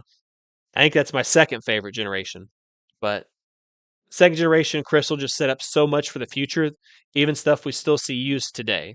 So my favorite on this landmark 30th year of Pokemon is by far Pokemon Crystal. Hell You, yeah. you were looking some Mine. you were looking something up for us. What were you looking up? I forget. Oh, I was looking up when Mega Evolutions came out. That would be X and Y. Okay. I always forget about X and Y because they were in that weird in between spot. Yes. Um, that's when Mega Evolutions came out. All right, go ahead, sir. Your My favorite game, and I'm going to guess. I want to try to guess yours. okay. I'm going to say, let's see. I'm going to say Black and White, that generation. Nope. Okay. Let the people know, Q, from the Pokemon expert, Mr. Real Life Ash Ketchum himself. What is Q's favorite? My favorite Pokemon game that I've ever played in my entire life is Pokemon Emerald. I spent probably the most time, even if you want to count all my time on the Switch that you can actively see right now. I probably spent more time on that game than any of the other and had like the most fun. That was right Emerald came out right around the time when I was like just old enough to really actually play the game, get frustrated that I wasn't, learn game mechanics because I'm frustrated. Um, so Emerald all the way. If I had to pick, I think we've talked about our favorite generations before. Diamond and Pearl is my favorite generation, big, but very much for the same reason. Like it's heavy into Pokemon still when Emerald came out. Played Ruby, Sapphire, Emerald. Kind of fell out of Pokemon for a little while, and then Diamond and Pearl brought me back to playing Pokemon. That's when I got my DS. That was the first game I had. It was like the only game I had for my DS, and just played Pearl. Had my starter Infernape. Naturally got it to level 100. No rare candies, no nothing. So just Yeah, he yeah, didn't use the juice out there for people. He yeah. wasn't juicing up that Infernape. Yeah, that Infernape 100% not juiced. And then my little brother got on and overwrote my game, so I don't even have that Infernape anymore. So I actually still have to go back and I need to breed a Chimchar and put a little respect on my lost Infernape's That's one of name. those ones that when we were talking about the Fire Red Leaf Green, that's one of the ones that sentimental that you'd want to bring forward with you Yep. all the way through. So that's crazy. Yep, I that happens though. I don't know why, but like the bug catching contest always was Oh something yeah. I enjoyed in the second generation. I think that's what like I didn't like bug Pokemon and I'll tell you, I didn't like bug Pokemon in Generation One. And like in in life, like I'm a unique individual when it comes to different subjects and topics of like I'm always like off meta or like something weird or unique. Like I mentioned, Genesect is. I think I have him ranked as like my top favorite. I think I did my top favorite Pokemon for the website too, which I'll have to look at some point. We'll probably use that as a topic in the future, but I'm pretty sure Genesect is number one. And I didn't know Genesect existed. And what happened is there's a Twitch streamer I used to watch all the time. Her name was Kimoni or whatever, and she did Pokemon battles and stuff like that. And she did my Twitch layout stuff for me, like the banners and stuff I have on my Twitch channel. She made Huh? them for me for free, but she did like a lot of Pokemon things, and it wasn't her. I know who it was. This guy named Oslov, and all he did was like Pokemon play, stream Wonder Trades for like hours. He'd have like a code on the screen. You try to time it correctly, you can get fucking trades and stuff with him. I don't know if he's still active on Twitch anymore, but like if you subscribed, you get like a battle ready Pokemon that he would have made. You could turn your points in for get a whole battle ready team and stuff like that. But I got Genesect from him. It was a shiny battle ready Genesect. I just thought a bug with a launcher on its back was so cool. I remember Mm-hmm. Yu-Gi-Oh anime. If you remember right, when Weevil duels Yugi, he plays basic insect, which it's like a 500. It's just a vanilla monster, no special. He puts that fucking insect armor or in cannon on the back.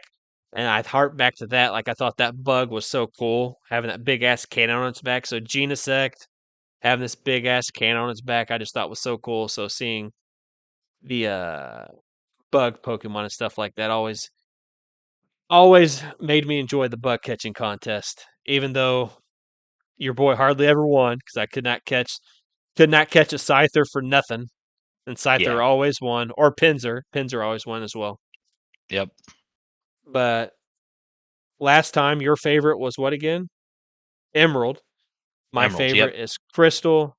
Favorite Mega was Mega Aggron or Malamar. You mentioned Oh, both of my them. favorite Mega, Yeah, you mentioned both of them. Aggron. Is if Uh, I had to pick one, if I had And to then lock one in. mine Mega Steelix. So everybody out there, make sure you join in on February 27th for this big Nintendo Pokemon event going on, Pokemon 30th anniversary. See all the announcements, see what prediction we've made, if they come true or not. Um, my YouTube will be changing quite a bit if Pokemon Champions comes out that day. So it'll be less trading card game focus and speedrunning focus, and we'll finally get underway. Hopefully, internet and streaming will become better. I tried to stream, and it's still too laggy for me, but 27th, Nintendo 30th anniversary Pokemon. Join in. I'll be watching it. I know Q will be watching. I'm sure Skags will be Yep. watching as well. Yep. Anything to say to the fans as we close out, Q? Um. No, I'm glad we ended it on Pokemon this time, so I didn't have to be mad at the end of the stream. I love Pokemon a bunch. Like I always say, uh Q's like the prime real life Ash Ketchum. So um that's all for episode 23 of the Thicc Boi Hours podcast. Um when we come back and to record again in 2 weeks, hopefully the Three Musketeers will be here, but that's Q, aka Short Round, Mr. Ash Ketchum. You can catch him nowhere on social media, but he will be out there fixing your pipes so they're not frozen anymore. And you could have water. As for myself, um, you can find me on Twitter, Threads, LinkedIn, Blue Sky, Fuse, Mastodon, and now Dibs is a new social media app I'm trying out. Mm. Facebook, Discord, Twitter. It's either C Unit 123123 or C Unit Chris Jones. Everywhere else, I'm not hard to find. And we look forward to hearing your feedback on anything you want to see in future episodes as well. We still have the first Thicc Boi Hours challenge punishment that will still be happening at some point in the near future. So that's all for me, Chris Jones, community manager, lordsofgaming.net. Q, aka Short Round Mr. Ash Ketchum, and we'll see you next time for episode 24 of the Thicc Boi Hours podcast. No longer recording now, Skags.